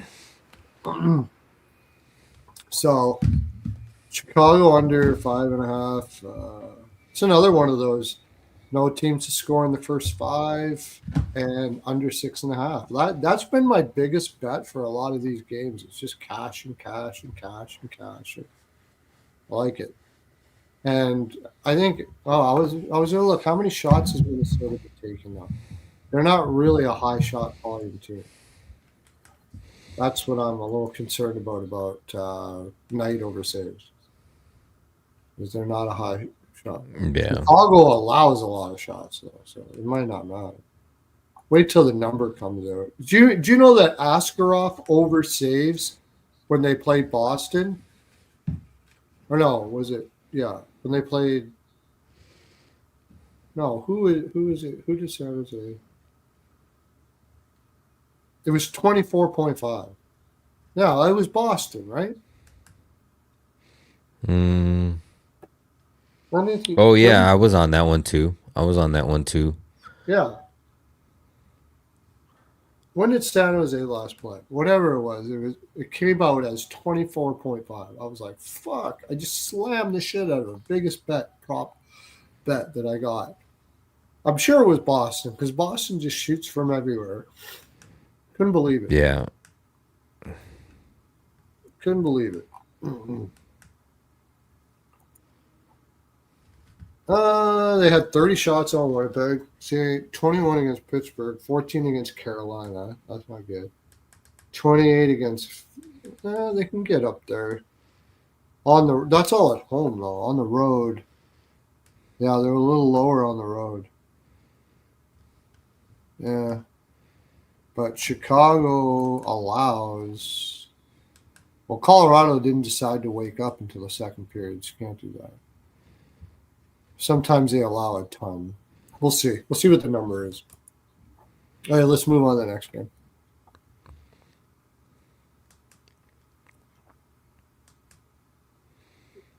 Play just like foosball. That's the thing. Like Colorado can keep up with them. I'm seeing Avs minus 2.5 team total. I don't think the Avs win by that number. Possibly. Like I said, it all depends on if the Avs find a reason to want to win this game and like really want to win this game for some reason. Yeah. Let's see. How many times have I been burnt? I'd rather say Colorado, like what they did to Chicago. Who did they play before? Nashville. They fucked around with them. You know, that's all these shitty ass teams. They just fuck around. They know that the season's a marathon. So those are the spots where you take it easy. You go out the night before. You do whatever you got to do. And then you go win the game. And that's pretty much probably what they're doing with San Jose. But maybe because San Jose beat them last time, they want to put a mark on them. But I don't think so. Yeah, it was the first loss in like the last 10 games, right? Or something. To San Jose. It's the only team that they've lost against. Yeah. All right. Montreal, Utah. I mean, I can't see how you play anything but over in that game. It's probably a 6.5. You can probably find sixes out there. It is plus 100. But a 6.5. I don't trust this Montreal team, man. I don't. Utah's coming off a big win against Vegas. Either they got their confidence back and they can win this game. They probably lost to Montreal when they were out there, so it's probably a revenge game. I mean, Montreal's getting disrespected now. Yeah. Montreal's won the last plus two. 120, plus 120 is not a respectful line for Montreal. Like, they're getting disrespected. This should be more closer to a pick'em. They're about the same team. They both have the same type of players, same everything. Like,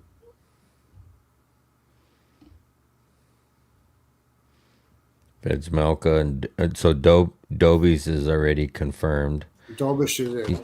Dobish is in. He started off hot, but he's been ass cheeks lately, Cold, right? Yeah. I like the over. I like first period over. I'll probably get some second or third period lines to put together. I can't see it being an under. Why would this? I can't see a world where this is an under.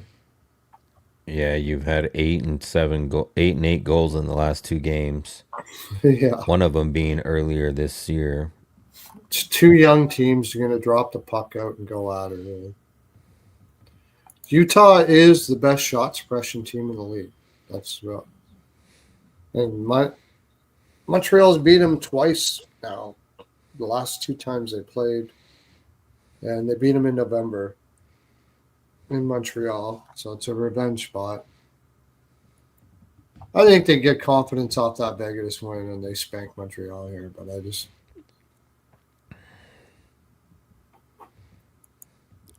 Minus 122 is a little bit too much respect in Utah, though. That's the thing. I'm going to be on Schmaltz over 2.5 shots. It's like plus 150.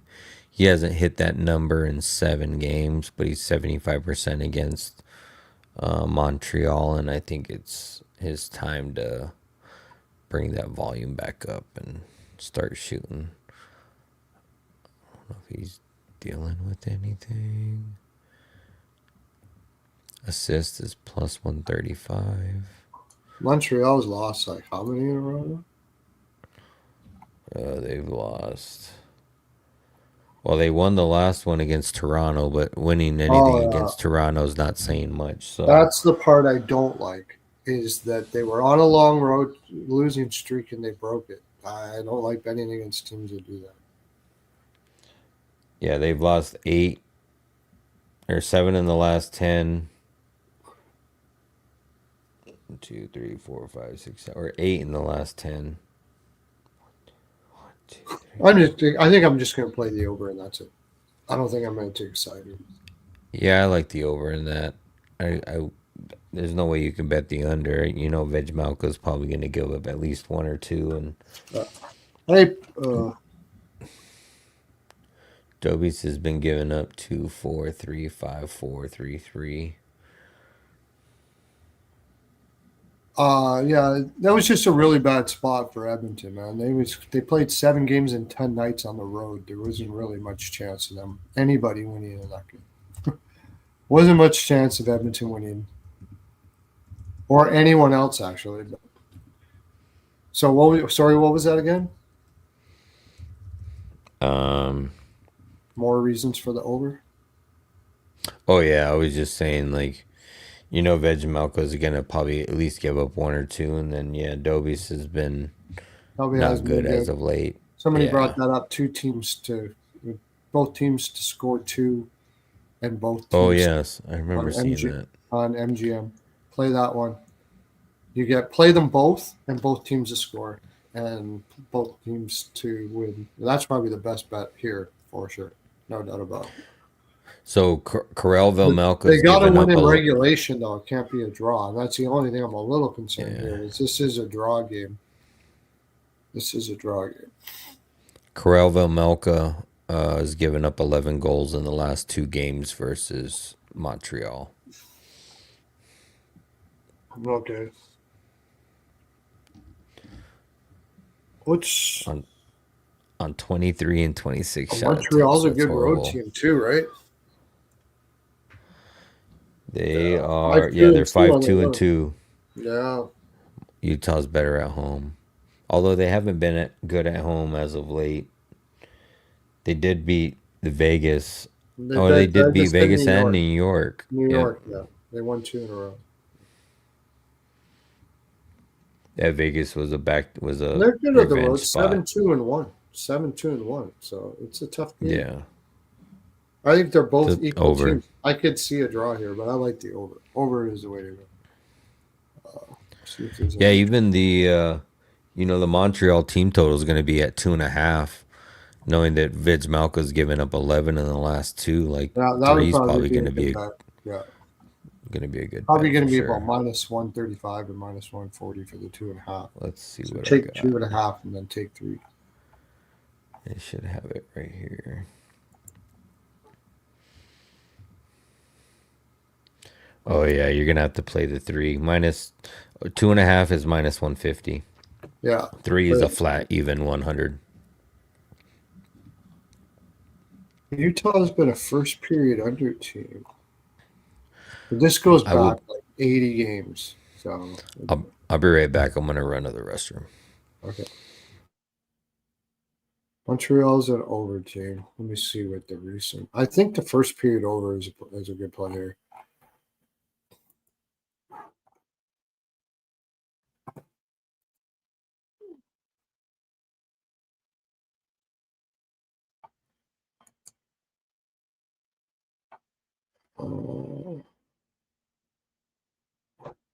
Utah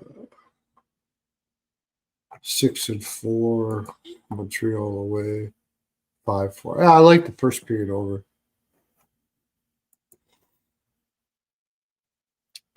I have a feeling this is going to be a second period over game too. Even better than that. This feels like that. Might feel each other a little bit in the first period, and then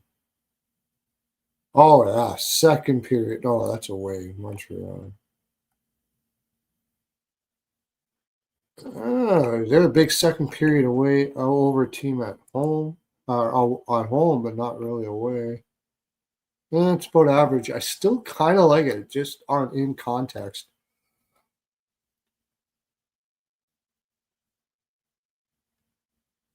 Yeah.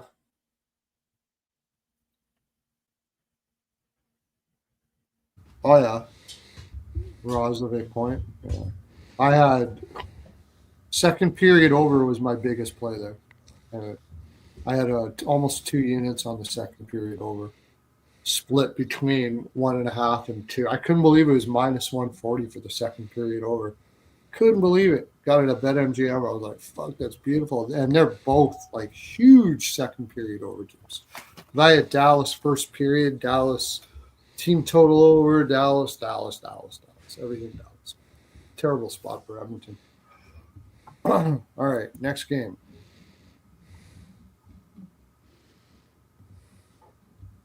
Well, we already talked about the San Jose, Colorado game pretty much, right? Like, is there anything more you want to add to that? No. I'd like to say it's an over, but it's probably not going to be. It's probably an under, actually. Because I don't think Colorado's going to fuck around with them too much. Colorado's the best defensive team in the league right now. Yeah, the best. I would lean San Jose team total under if you can get a price on it, but I don't know. If they're minus 400 or 350 or whatever, it's probably not going to be a good price.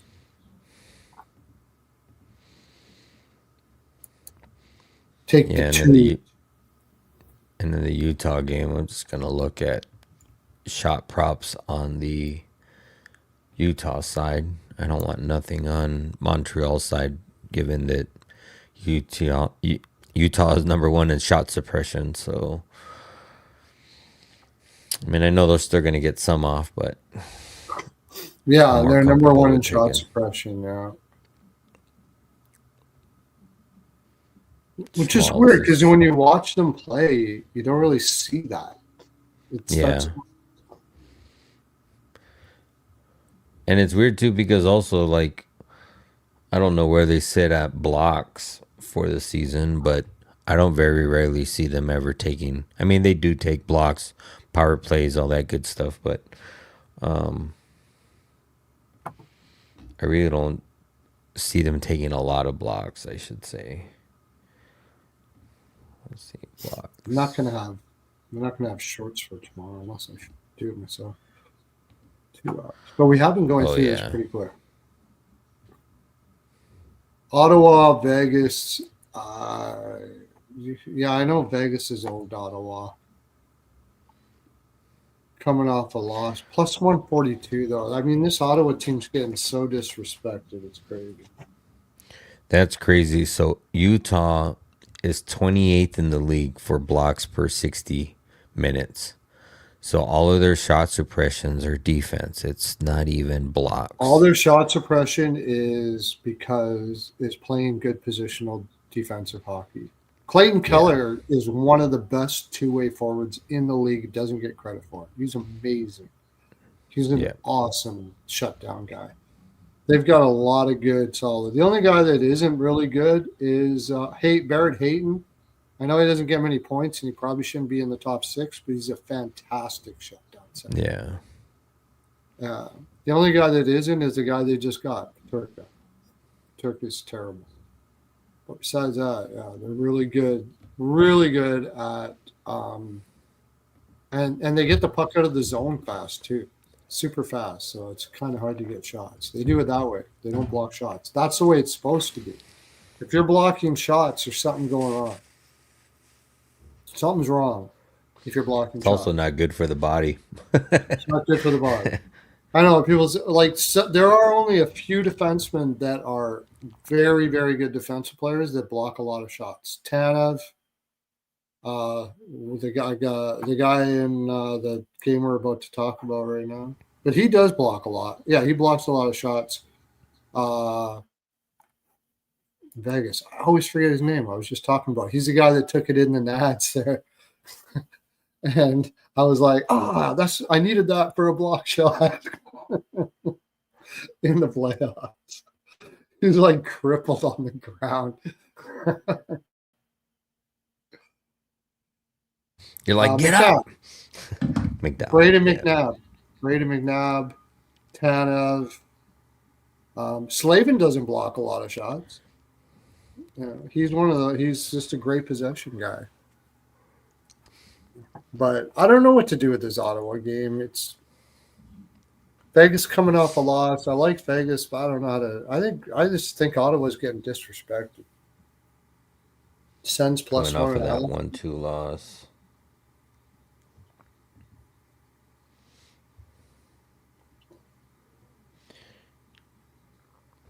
Should be Allmark in net. Allmark's playing really well. I'm half-assed. I'm tempted. Ottawa, Vegas. Vegas coming off that Utah loss. Ottawa had a tough game against LA there. That Utah win was probably one of the easiest wins of the year to call, eh? Yeah. Vegas. Yeah. This is a little different here, though. Vegas on the first game back home after that road trip. Yeah, it's not. At least it's a road trip that's right close to home, though. Well, same thing with Utah's still on the road, and then Utah goes back out on the road. How long of a road trip are they on? I see 6 games for sure, 7 games. They've got to be going. We're going on a 7-game road trip after this. Well, they're on the 4th game of a 7-game road trip. Who? Ottawa. You mean? Ottawa is. Yeah, it seems like a flat spot for Ottawa. They go to play St. Louis after this. They played hard against LA. I think this is a Vegas spot. What St. Louis? They got an easy St. Louis team after this.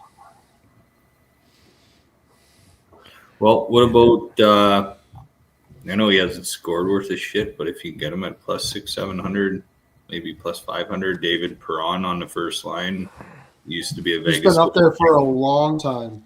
Yeah, he's won a cup in Vegas. So if this is one where he can bounce Oh, one yeah. I plus guess. 500 Oh, maybe. okay. I see you go. Yeah, I see you're going with that. Okay. Yeah. Okay. Vegas plays Montreal at home and then San Jose. This is a Vegas spot. Yeah, I like Vegas. I just don't know how to play it. Zetterlund's used to playing against Vegas. I would take Vegas puck line first period. And then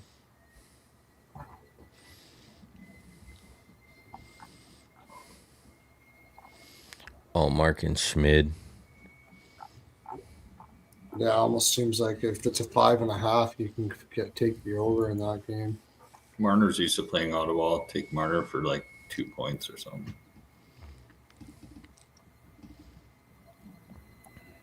Yeah, it's a 5.5. I like the over. Yeah, sort of. Ottawa's been playing very defensive, so it's kind of hard to say. I don't know if Ottawa will get the goals. I don't know how many shots Ottawa's going to get here. I think Vegas is going to be like, this is kind of a get right spot for them after that Utah loss. Get your head straight. Ottawa's last 4 games have been decided by 1 goal too. Yeah, I know. Which tells you that they played 4 very tough games. This just feels like this is the one where they don't keep it in. That's what she said. I mean, LA is usually a low-scoring affair, right? Like, LA typically plays to the under. San Jose, like, yeah, Anaheim. I mean, those are all the games they just played, and then LA again. So it's not. I mean, Anaheim is a good win because Anaheim was playing good at that time, but they were regressing also at that same time. LA's been better at home this year, right? Instead of on the road. They're opposite this year. That was on the road. They're better on the road this year than they were at home. Oh, then they are. It was last year was at home. But Rico and I said that was going to change on that game, and we were right. Yeah. I think it's a Vegas spot somehow. I think it's a big. I think Ottawa's played a lot of tough games. Vegas is coming in pissed. I think this is. I think it is a Vegas spot too. They got to have some type of fun between going on a road trip to LA and going on a road trip to Vegas. You got to have maybe some type of rookie party or something. Maybe and this would be the spot. This one and this like Ottawa's played solid in their last 4 games leading up to this one. Yeah, I think you're right. They're going to catch St. Louis off an Eastern road trip next game, and they know they could probably take that one. I think that LA game was a letdown too. I think they wanted that LA game, and they're kind of like losing a little bit of lack of confidence here. Vegas knew they really wanted to beat the Utah again there, and I think that's not a letdown. It's more just they're pissed. I think they're pissed that they lost that game, and they're like, "Fuck, we got to win this one." It's also probably a little small look ahead, right? So it's like a small look ahead for them. I know St. Louis ain't a big team, but it's a revenge spot because they got swiped by them last time 4-0 earlier. Yeah, and it's also an easier team. So they know, like, St. Louis has got a bad record. They're struggling right now. They're going into Vegas. You know, they've been on the road for how long now, and they've been playing tough games. It's like, fuck, this is almost a mail-in. I think take Vegas, actually. Oh, that was last year. Take Vegas second period puck line. Ottawa will run out of life in the first, probably. Vegas will go hard. And then the second, and then.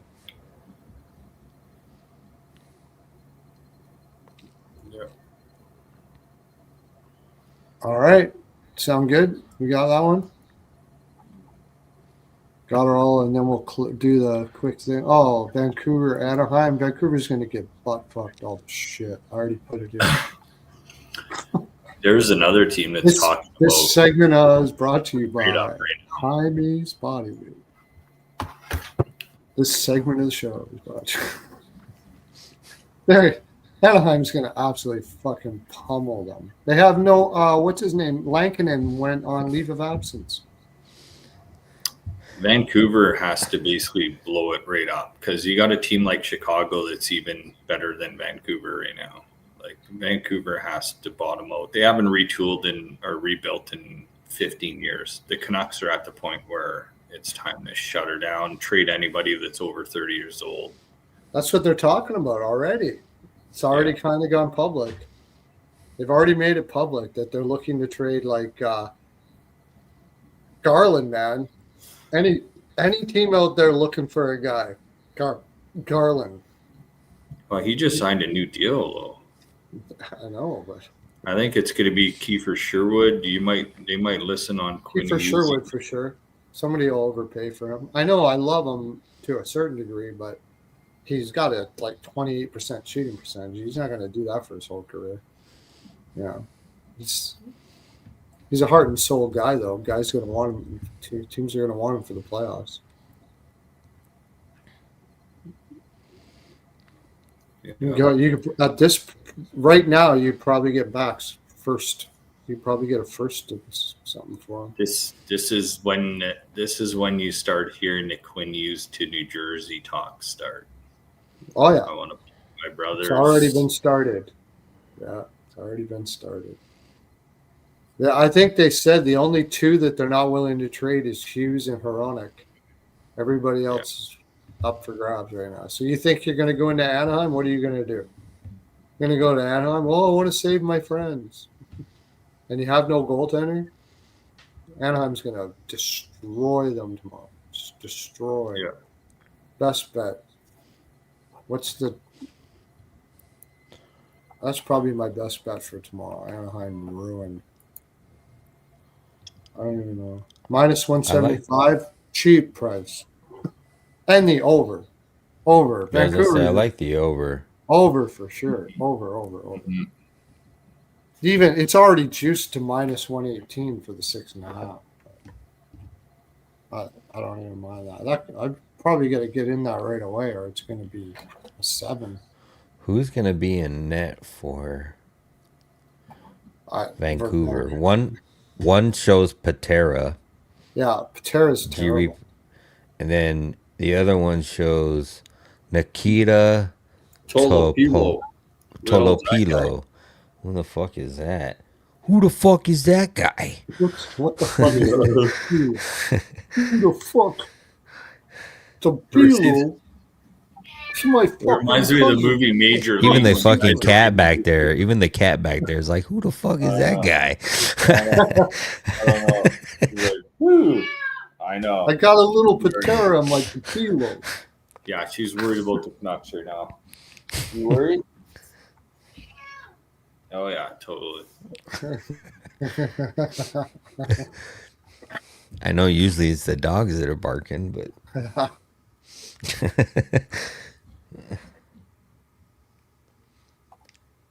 the pussies are meowing. 5 games, 3.1 and a .894 for Patera. He got completely lit up his only game he played in Vancouver. 7.39 and a .825. They have no defense as it is. Just Anaheim team total over 3.5 and 4. They're going to fucking crush them tomorrow. I almost want to take the Vancouver team total over 2.5. But I like the total. Yeah, maybe. Over 6.5. You got Dostal on there. Yeah, over 6.5. I don't care about what the trends say about this game. It's just this is Anaheim all day. Yeah, it's not puck line first period, puck line second period, freaking everything. They got San Jose, and they'll lose every game in this road trip. I'm positive of it. And I love Adam Foote. I think he's a great coach, but this is asking too much.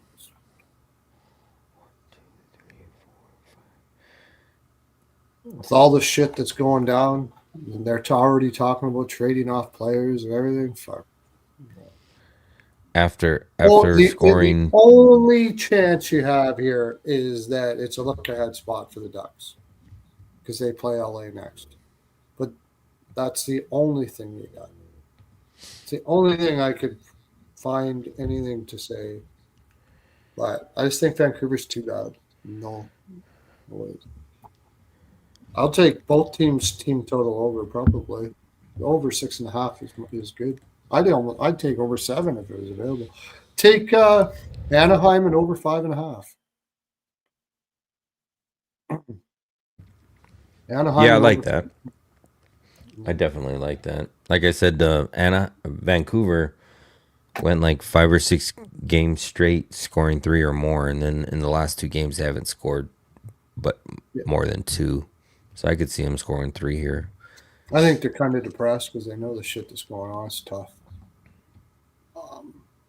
But yeah, I like the Anaheim went over 5.5 is a good deal. Or Anaheim team total over 3.5. You can parlay that too. I like that too. I like that too. Just Anaheim, everything. Over 2, second period.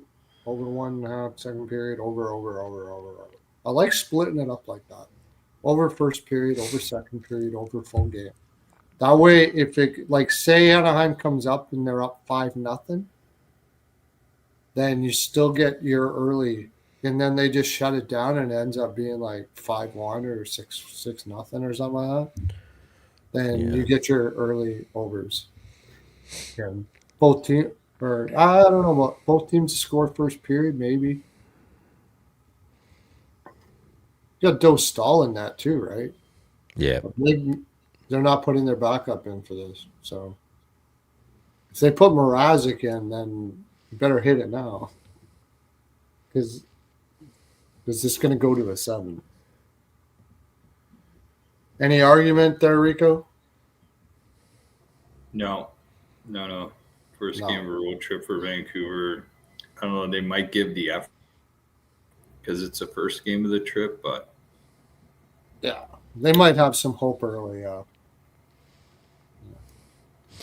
Yeah, the only thing that Vancouver's side is like they own the matchup 9-1, but this is a completely different Ducks team. So of course, and Anaheim has LA next. Just that look ahead spot. That's it. But I think sure, they might look ahead a little bit, but I mean, they're going to want to win this game at home no matter what. So eventually they'll wake up and take it for sure. All right. Finally, Seattle, Dallas. And I think Seattle can take this after that Edmonton win. I'm on that ship too. You're on that ship too? Yeah. They had a couple days off to chill after the loss to the Islanders. It was like I made so much money off that. Under. I don't know how anybody could have put an over, but just take a little bit on the draw and dog here. I don't know. Dallas just played Calgary. They played some emotional games. So I don't think they're going to give a fuck about this game, honestly. And Seattle will play hard. That's the one thing they will do. And they will have Rantanen back in this game though, because he only got a 1-game suspension, right? Yeah. It's not my favorite play, but I don't like the spot for Dallas. I could see Dallas winning it. I mean, because they're the better team, but yeah, and tonight's game was almost like a fucking first gear game, right? Like they got up early quick. Yeah. Edmonton really didn't. I mean, Edmonton came back here and there, but it wasn't like that was a game they wanted on this road trip. I could see them getting complacent here in Seattle. And Seattle is always going to play hard. If you're not willing to work, Seattle can beat you. They're 11. What are they like? Their record's good for a reason. And Dallas has been on a long road trip. It's probably a look-ahead spot, too. Sort of. They got Utah at home. It's not really a look-ahead spot, but it's back-to-back. 3 games in 4 nights. Utah's 11-5-6 for a reason. I'm going to take a shot at him. And the draw. Dallas also owns this matchup.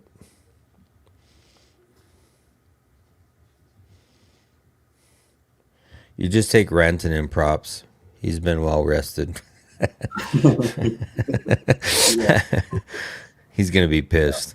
Yeah, Robertson took the night off. Rantanen's kind of flaky. You never know with him. Yeah, that's true. He plays good when he needs to get up for games, but when there's not, he just kind of floats around.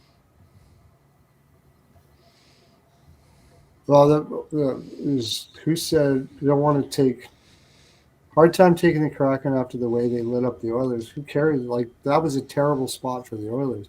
I hope Dallas doesn't think they're good because they won that game.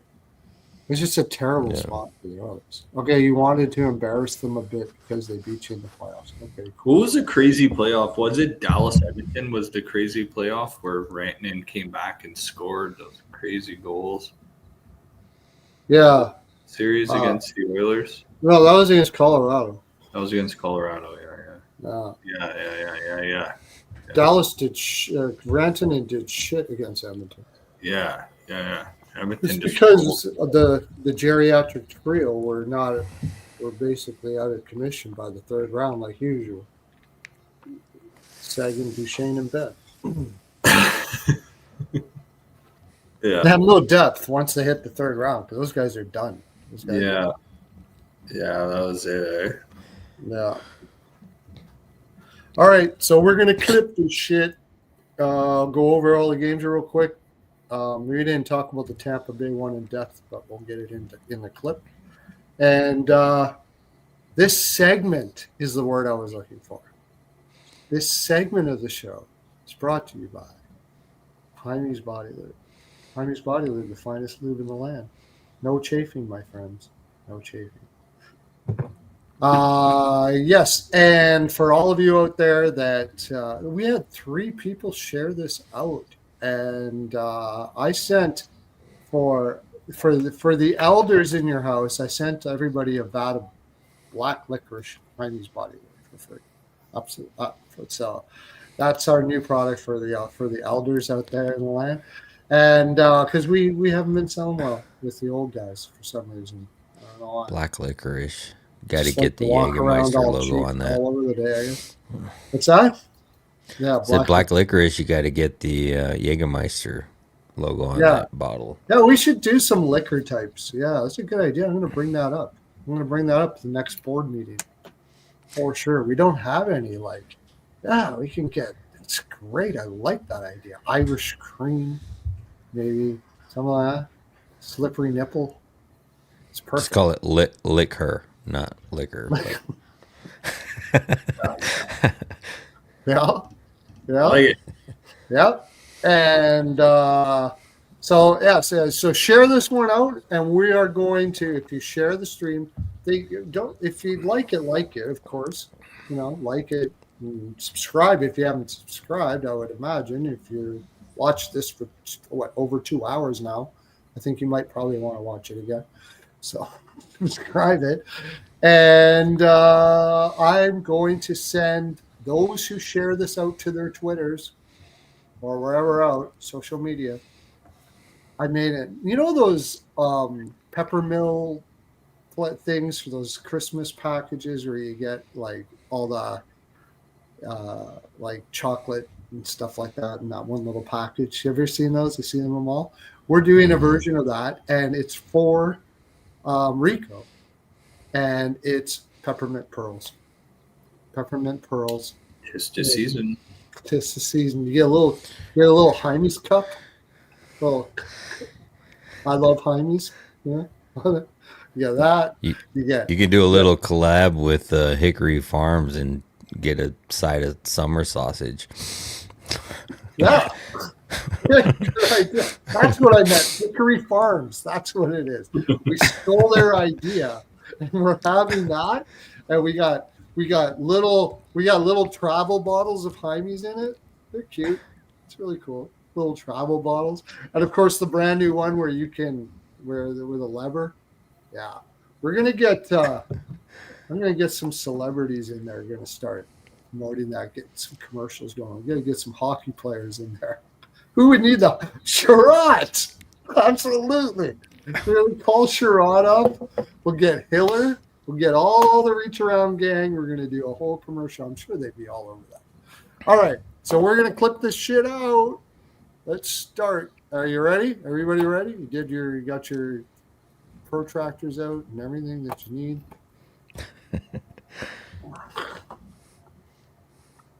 Okay. The whole time I'm talking, I should go right back to the beginning. Okay, I'm sweating out an NBA parlay right now. Okay, Philly, Florida. Rico, what do you got? Philly, Florida. At that price, I'll take Philly. Sneaky spot. Take the Flyers. Oh, okay. Looking at the Zegras, Dvorak line, Tippett, maybe any of those guys. Maybe a point for 2 out of the 3 of them. Sometimes not a bad spot. Yeah, Tippett, ex-Florida Panther, too, maybe. Yeah, that's right. Forgot about that. It's a good one. I like that line. Zegras, Tippett, and Dvorak. They've been the engine for the Flyers lately. So, okay. What do you say? I kind of like I like Panthers, but I don't like them at that price. I like the Flyers at that price, but definitely not going to take them. I do like Zegras for over 1.5 shots as a parlay piece, but I really don't have a side. Maybe the over. I do like the over. Vladar and Bobrovsky, I could see 6 and 4 to the over in the last 10, maybe, but I really don't like anything in that game other than Zegras. Maybe Panthers in some type of fashion. I'm going to take the drawn dog here. It took me a while to figure it out, but I think I'm going to take the drawn dog. I'm not going to put much on it. Kind of like the over first period a little bit. It's Philly's going to come. They got to feel shitty after getting shut out in Tampa. They should come out harder. Florida's doesn't have the same team that can shut them down. So I kind of like the over first period, but probably drawn dog. All right, Calgary, Tampa. We didn't talk to you with this one, Rico, so you can surprise us. What do you have for Calgary and Tampa? I got nothing, man. That's a weird game. Yeah. Weird. It is a spot that Calgary could win, isn't it? Yeah, it's a tricky spot. There's no way I'm betting Tampa or Calgary's got a little bit of momentum here. So give me the draw, Calgary, or nothing. Kadri shots. Also Coronado shots. Shots too. What do you got, Dre? I really don't like anything in this game. You got Vasilevsky versus Wolf slated. It's a pass for me right now. Oh yes, the previous game I forgot. Vladar over saves. That's if it's a good number. If you're getting it at like 25, somewhere around there. Vladar's been playing well. This one I like the under. I like Calgary team total under and the under. I'm just going to play on the fact that Tampa is so good defensively that I know Calgary's been scoring a little bit, but if you look at Tampa lately, like they haven't been allowing anybody to score. It seems to be their goal.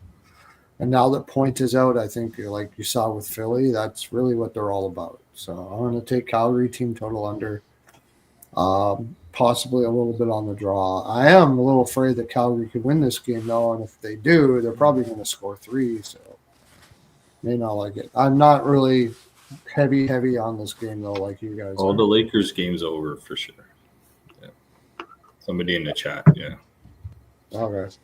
I need another assist for LeBron. I might look at Vasilevsky over saves if it's at a decent price because Calgary does shoot an awful lot. St. Louis, New Jersey, Rico. Yeah, Jersey here. Yeah, no, I mean, it's tough to back St. Louis after they couldn't beat the Rangers in a bad Rangers spot with so many guys out of the lineup. Yeah. Totally. Yeah. You same for you, Dre? Yeah, I lean New Jersey. I like Heischer and Hamilton over 2.5 shots. Yeah, I like New Jersey a lot. New Jersey in regulation, just destroy them. I hope it's not just because I'm angry about the Blues, but I like New Jersey. I like no goals in the first 10 because New Jersey always does that. And I would recommend that you take a little on New Jersey now. St. Louis has been scoring in the first a lot.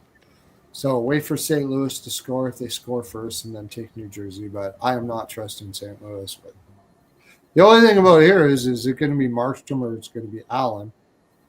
But I don't think St. Louis will shoot enough that it will matter, to tell you the honest truth. I'm probably going to take a little on the team total over for New Jersey as well. Didn't we say that? Over 3 for New Jersey in that game? I think we did. We probably did. It's something that I think we would say. I can't find it now. I think I said we looked it up. Go back and find out if you're really interested. Winnipeg, Washington, Rico. I like the Jets here. Yeah. Give me jet skis.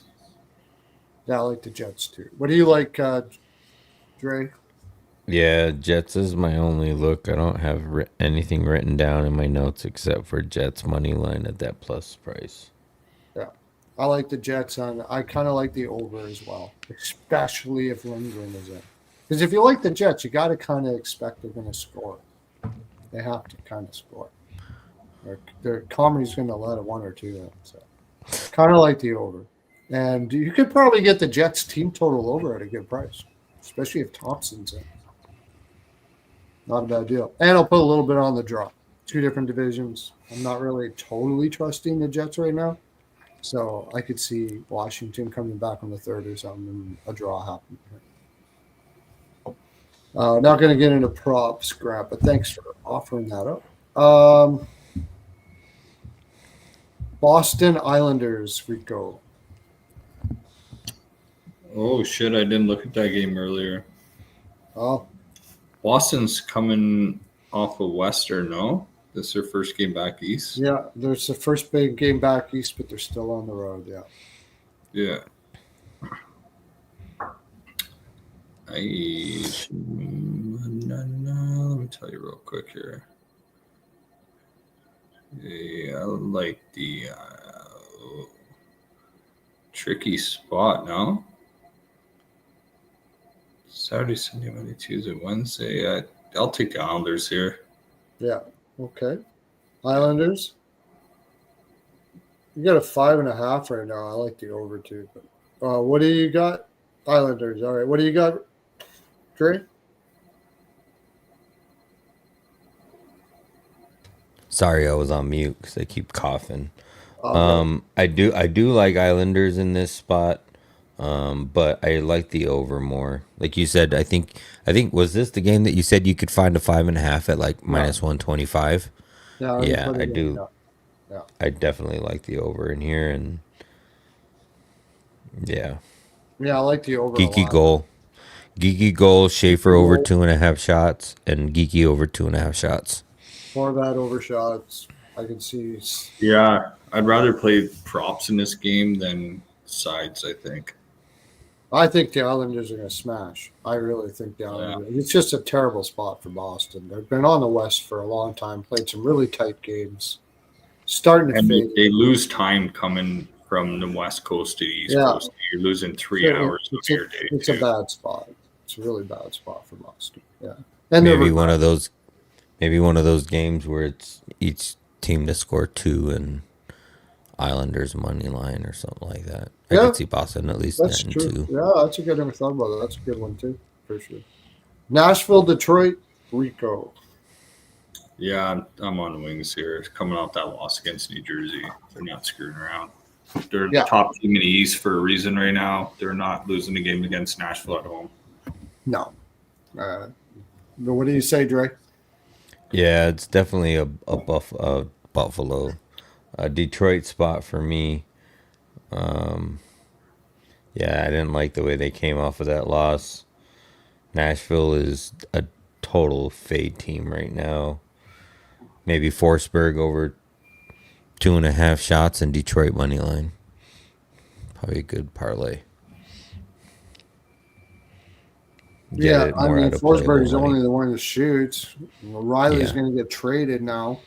Give me Detroit. Reg puck lines, absolutely. The energy in that Nashville room has got to be despicable. But give me the over of the game, too. If Gibson's in net, Nashville shoots a lot. Regardless, they always shoot a lot. They don't score, but they shoot a lot. And Gibson's not very good at shots this year, so I'll take the over in that game. Sabres, Pittsburgh, Rico. Sneaky Buffalo spot. I'll take the Sabres just because of the price. Yeah. Yeah, can't trust. Okay, go ahead. What do you say, Drake? Which game was that? Buffalo, Pittsburgh. I didn't hear what you guys said, but I'm going Buffalo. I can't go Pittsburgh. I think Buffalo gets it here. Yeah, I'm with you. I like the team total over for Buffalo. I like the over for the game. But I think Pittsburgh's in regression after that sweep game, and Buffalo's kind of riding on a high right now. They got some guys back. I like Buffalo plus 100. Yeah, I think Pitt is regressing big time. Yeah. Like And Rico goaltending said, hasn't look at that helped at all lineup. either. What do they have? Like, No, Connor Dewar's on the first line. Like, Yeah. come on. what? And Yeah. goaltending has been going like worse and worse. Is Jari still out? I remember Jari was out. You got Nedeljkovic. Jari's back. Jari's back. Jari's back. He might be playing tomorrow. So a rusty No. Jari. A rusty Jari. No, it shows him back on the IR. Oh, I heard it. I saw that he was coming up. Okay. Oh, it says it could be in the lineup, but he's currently status as IR, but it says he could be in the lineup versus Sabres on Wednesday. After head coach Dan Muse told reporters, I could expect that he should be available for us tomorrow. So yeah, it looks like he is playing. You're right. Need a Toronto. much more rebound for the Lakers right now. They hit a 5-shot parlay. Toronto. We also forgot- we got Toronto and Columbus. Rico. Yeah, love the Leafs. They're going in there. They lost 3-2 to them. Columbus is banged up. They got 2 divisional games after this. They're going to rest their guys if they're semi-healthy. Yeah. No, this is a All Toronto right. spot. Okay. I don't like betting on the Leafs for or against them like you. Toronto's just a hard team to bet on, but I think their first game of this road trip they get it off to a good start. They haven't played much on road this year. Yeah, it's Toronto or nothing in this game. What do you say, Dre? I lean Toronto, but I like props better for Toronto. Give me Tavares shots. Ken Johnson shots with all those injuries over there in the Blue Jackets land. Ken Johnson's going to have to do something. Also forgot to mention Cider point in that Detroit game or assist. Assist, yeah. Yeah, Overshot. I like Pearlo's thinking Miles Wood up on the second line. He's like plus 480 to get a goal. Charlie Coyle plus 400. Like those 2 guys with all the rest of the guys out. Focus on Yeah, them. I like they're going to be riding on those guys quite a bit, riding on more. And Fantilli overshots, I like that. Like Tavares overshots, of course. Nylander for an assist, you can usually get it at a pretty good price. There's all kinds of good stuff there. All right, let's go to the next one. Minnesota, Chicago, Rico. I like Chicago in this spot.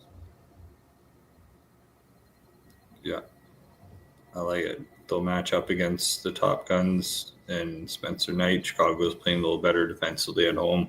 I'll take them against me in that at that price. Okay. I really don't have a side. I really don't want to go against Minnesota and the freight train that they've been on in the last 4 or 5 games. I like Knight saves, and I like Eck over 2.5 shots for a parlay piece. That's about it. Yeah, over saves for night will be probably my biggest bet, depending on what the price is, or depending on what the shots is, because Minnesota isn't really a high volume shooting team.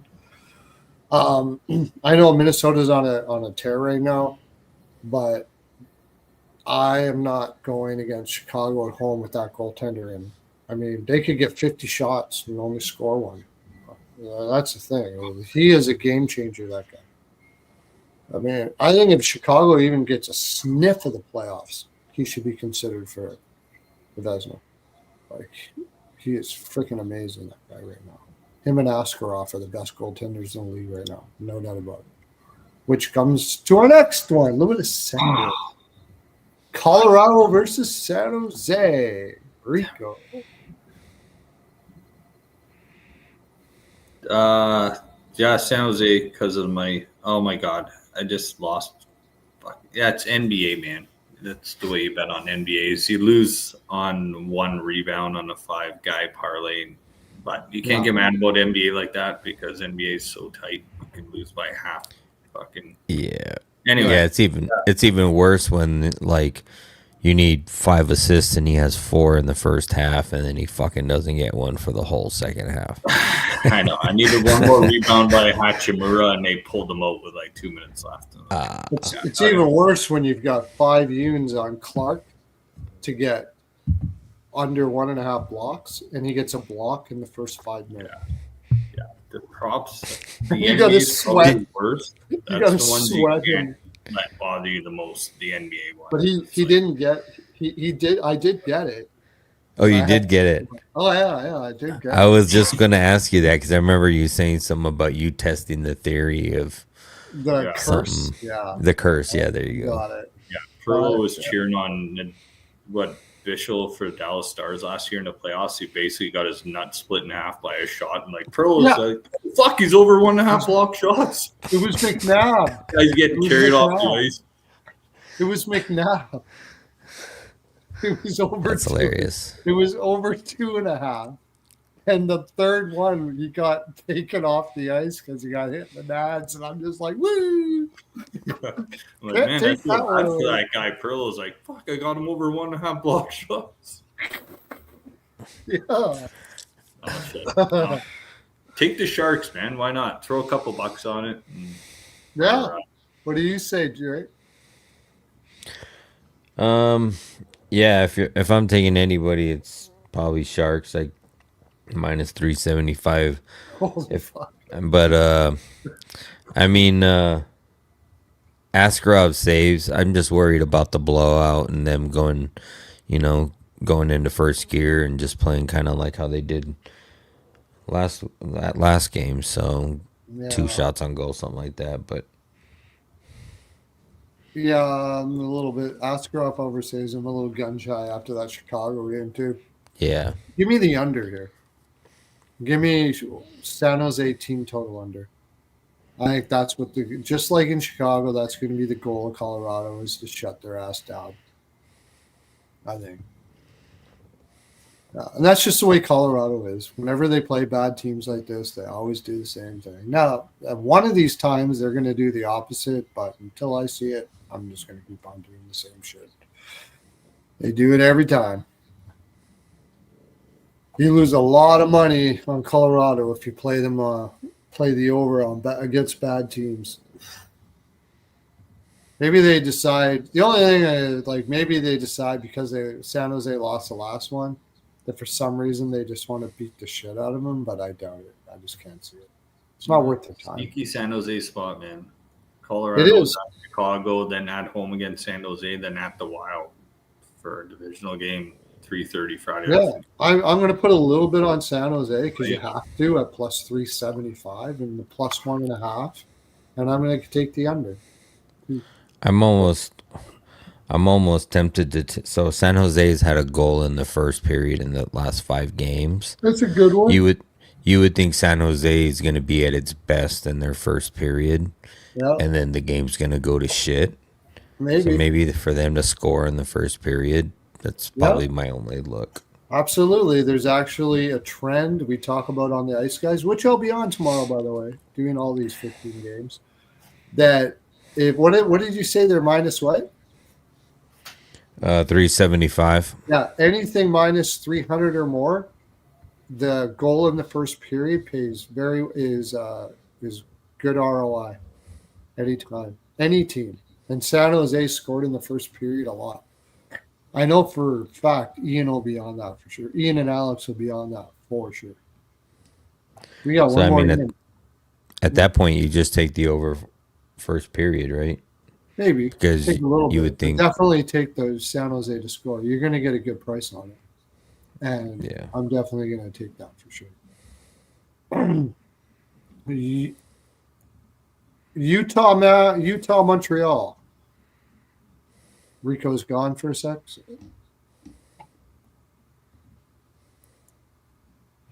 So it's you, Dre. Rico's gone.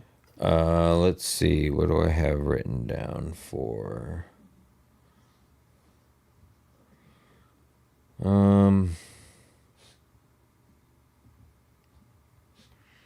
I want to take Utah here.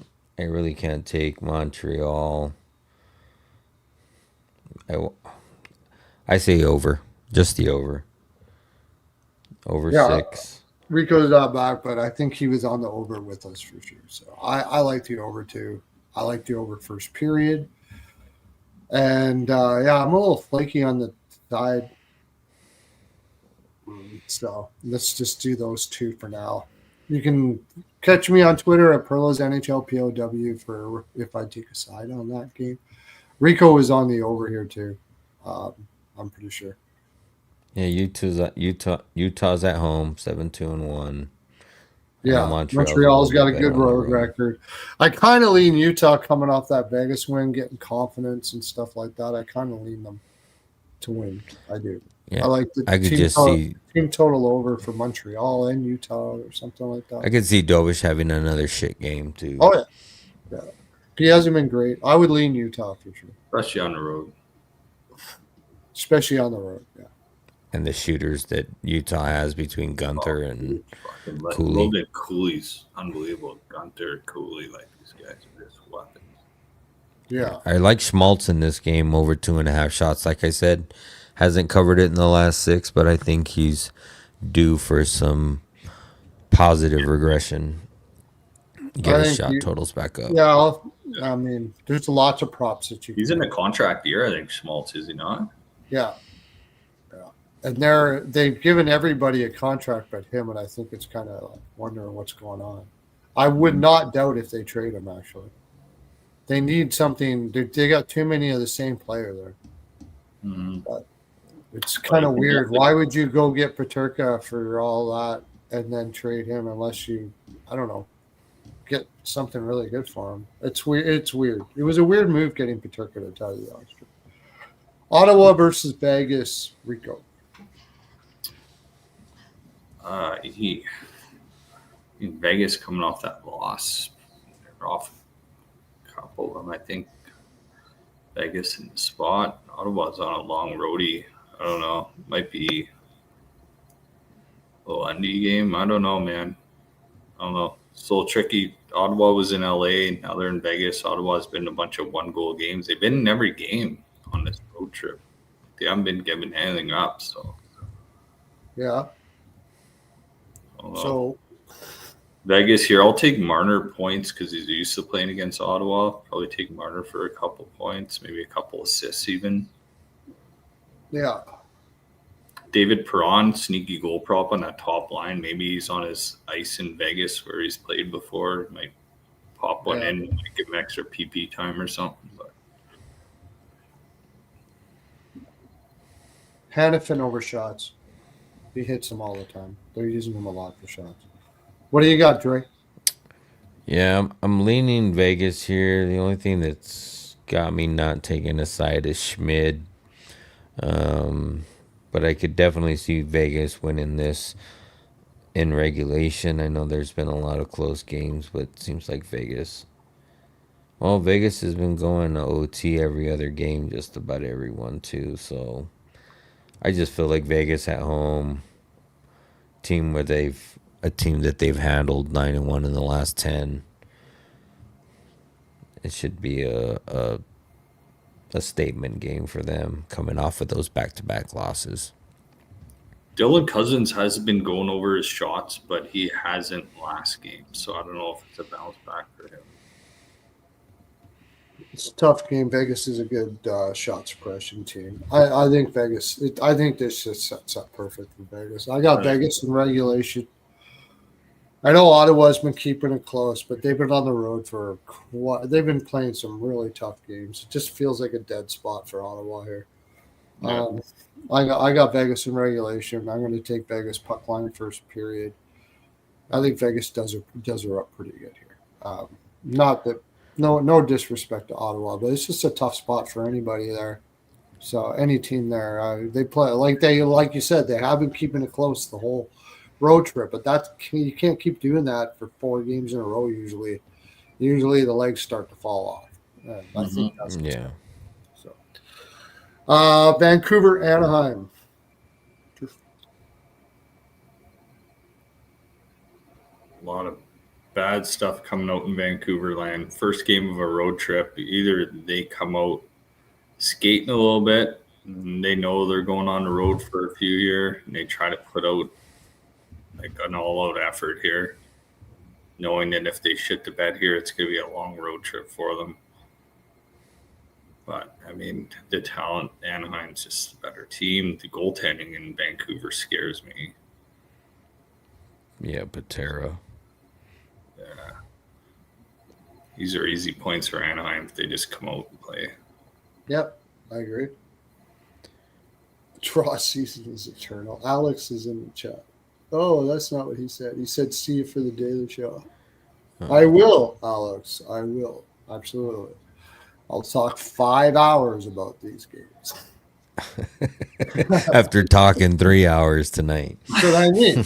It'll be 2 hours. That'll be 2 hours. Watches a divorce amount worth of hockey. Divorce worthy, yeah. Dre, what do you got? Give me the over in this game. That's the only thing I like. I see goals, Patera goals, Anaheim over 3.5. Cutter go-to shots. Yeah. Somebody or multiple people on the Anaheim should have 2 points. And pick your probably be Cutter.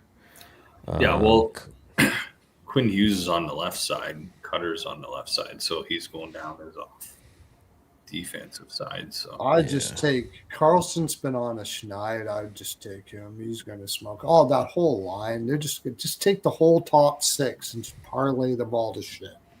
Yeah. Take all of them for a point, and I'll bet you'll get it. Anaheim team total and full game over. Anaheim team total full game over. I like full game over. I like Anaheim everything -1.5 regular everything. My puck line first period. I mean, I'd go up to 4. I'd take the team total over 4 here. No problem. Vancouver's blowing this thing up. You watch. Oh yeah. This is. They're asking if their fans are going to be able to handle a total bottomed out rebuild. Like that's another question. Is the Vancouver fans have never gone through it in a long time. They don't handle them a 5-game losing streak and they stop showing up. I know. So that's what they're saying. They're going to take a shit. They're going to. Jeez. Got too much aliens who showed up at Pearlo's house. Vancouver fans throwing lamps at me here. Holy shit. Got too much fucking heinies on his hands. All right. Shit's slipping every.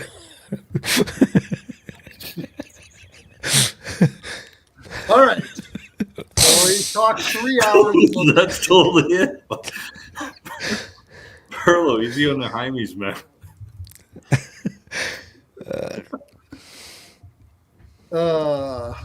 Heimies body lube. That's it. Best in the land. You can get it at your Walmart. Dude, if that isn't proof that how slippery that stuff is, I don't know what it is. You will. Yeah. All right. Got the thing on the side, so if you're like you just need a little bit, you can just turn it up, turn it down. So you can just have a little bit because you never want like too much if you're out and about. It gets all over your clothes and shit. So I'll be sending a peppermint basket to all the peppermint Jaime's basket. What did you call it? Farms? What the fuck is that? Hickory Farms. Hickory Farms version of Jaime's. Absolutely. We got Jaime's soap.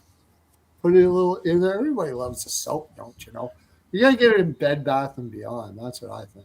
Dude, you're throwing out like some solid names like Hickory Farms. They're gonna start asking you to monetize our videos now. They're gonna be paying you because you're talking about. Oh yeah, for sure. We're gonna make large, dude. Are you kidding me? You get like 16 people watching every day. I'm sure they're gonna come running. A little Pearlo dance for the land. Hope you enjoyed all the picks. If you didn't catch all our picks, I'll be clipping this tonight and I'll put it out and you can go on the Twitter there. You can see me on the ice, guys, there tomorrow afternoon, voted by you as the best NHL betting podcast in North America. You know that one? Yeah, you might want to check it out. While you're there, pay the $10 for the Patreon because you will make large money. It's insane. You can't even buy a bottle of Jaime's for $10 for fuck's sakes. And they're going to give you $10 a month. That's it for the best in the land. You got to be kidding me. Go do it right now. All right. Get over to Exotic Picks as well. He's going to throw you all his stuff out there. He's got golf and all that kind of stuff like that. Rico just hangs about, and he'll be about tomorrow. Which is only one game. I'm going to take a day off tomorrow. No, come on for one. It's only one game after on Friday, right?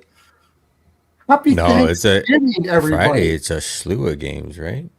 No, today. I think there's one game Wednesday, on Thursday and a bunch Thursday. On there's one game on Friday. Saturday, there's 15 games. Yeah. No, there's 8, 12, 14. 15. There's 16 games on Friday. Wait a sec. What? What are you talking about? What time zone are we 10, in? 11, 12, 13, 14. 15 games on Friday.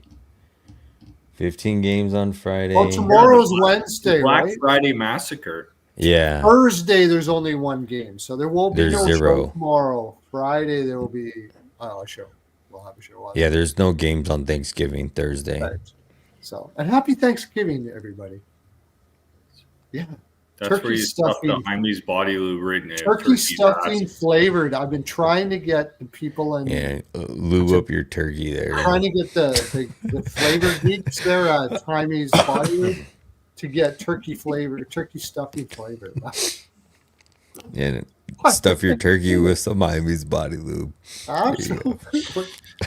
You can play a hot potato. It would work. What? Okay. Have a great night, everybody. That's what happens when you're on for 3 hours. Yeah. It's my full 42. Okay. Bye. Don't look at the timer, everybody. Don't look at it.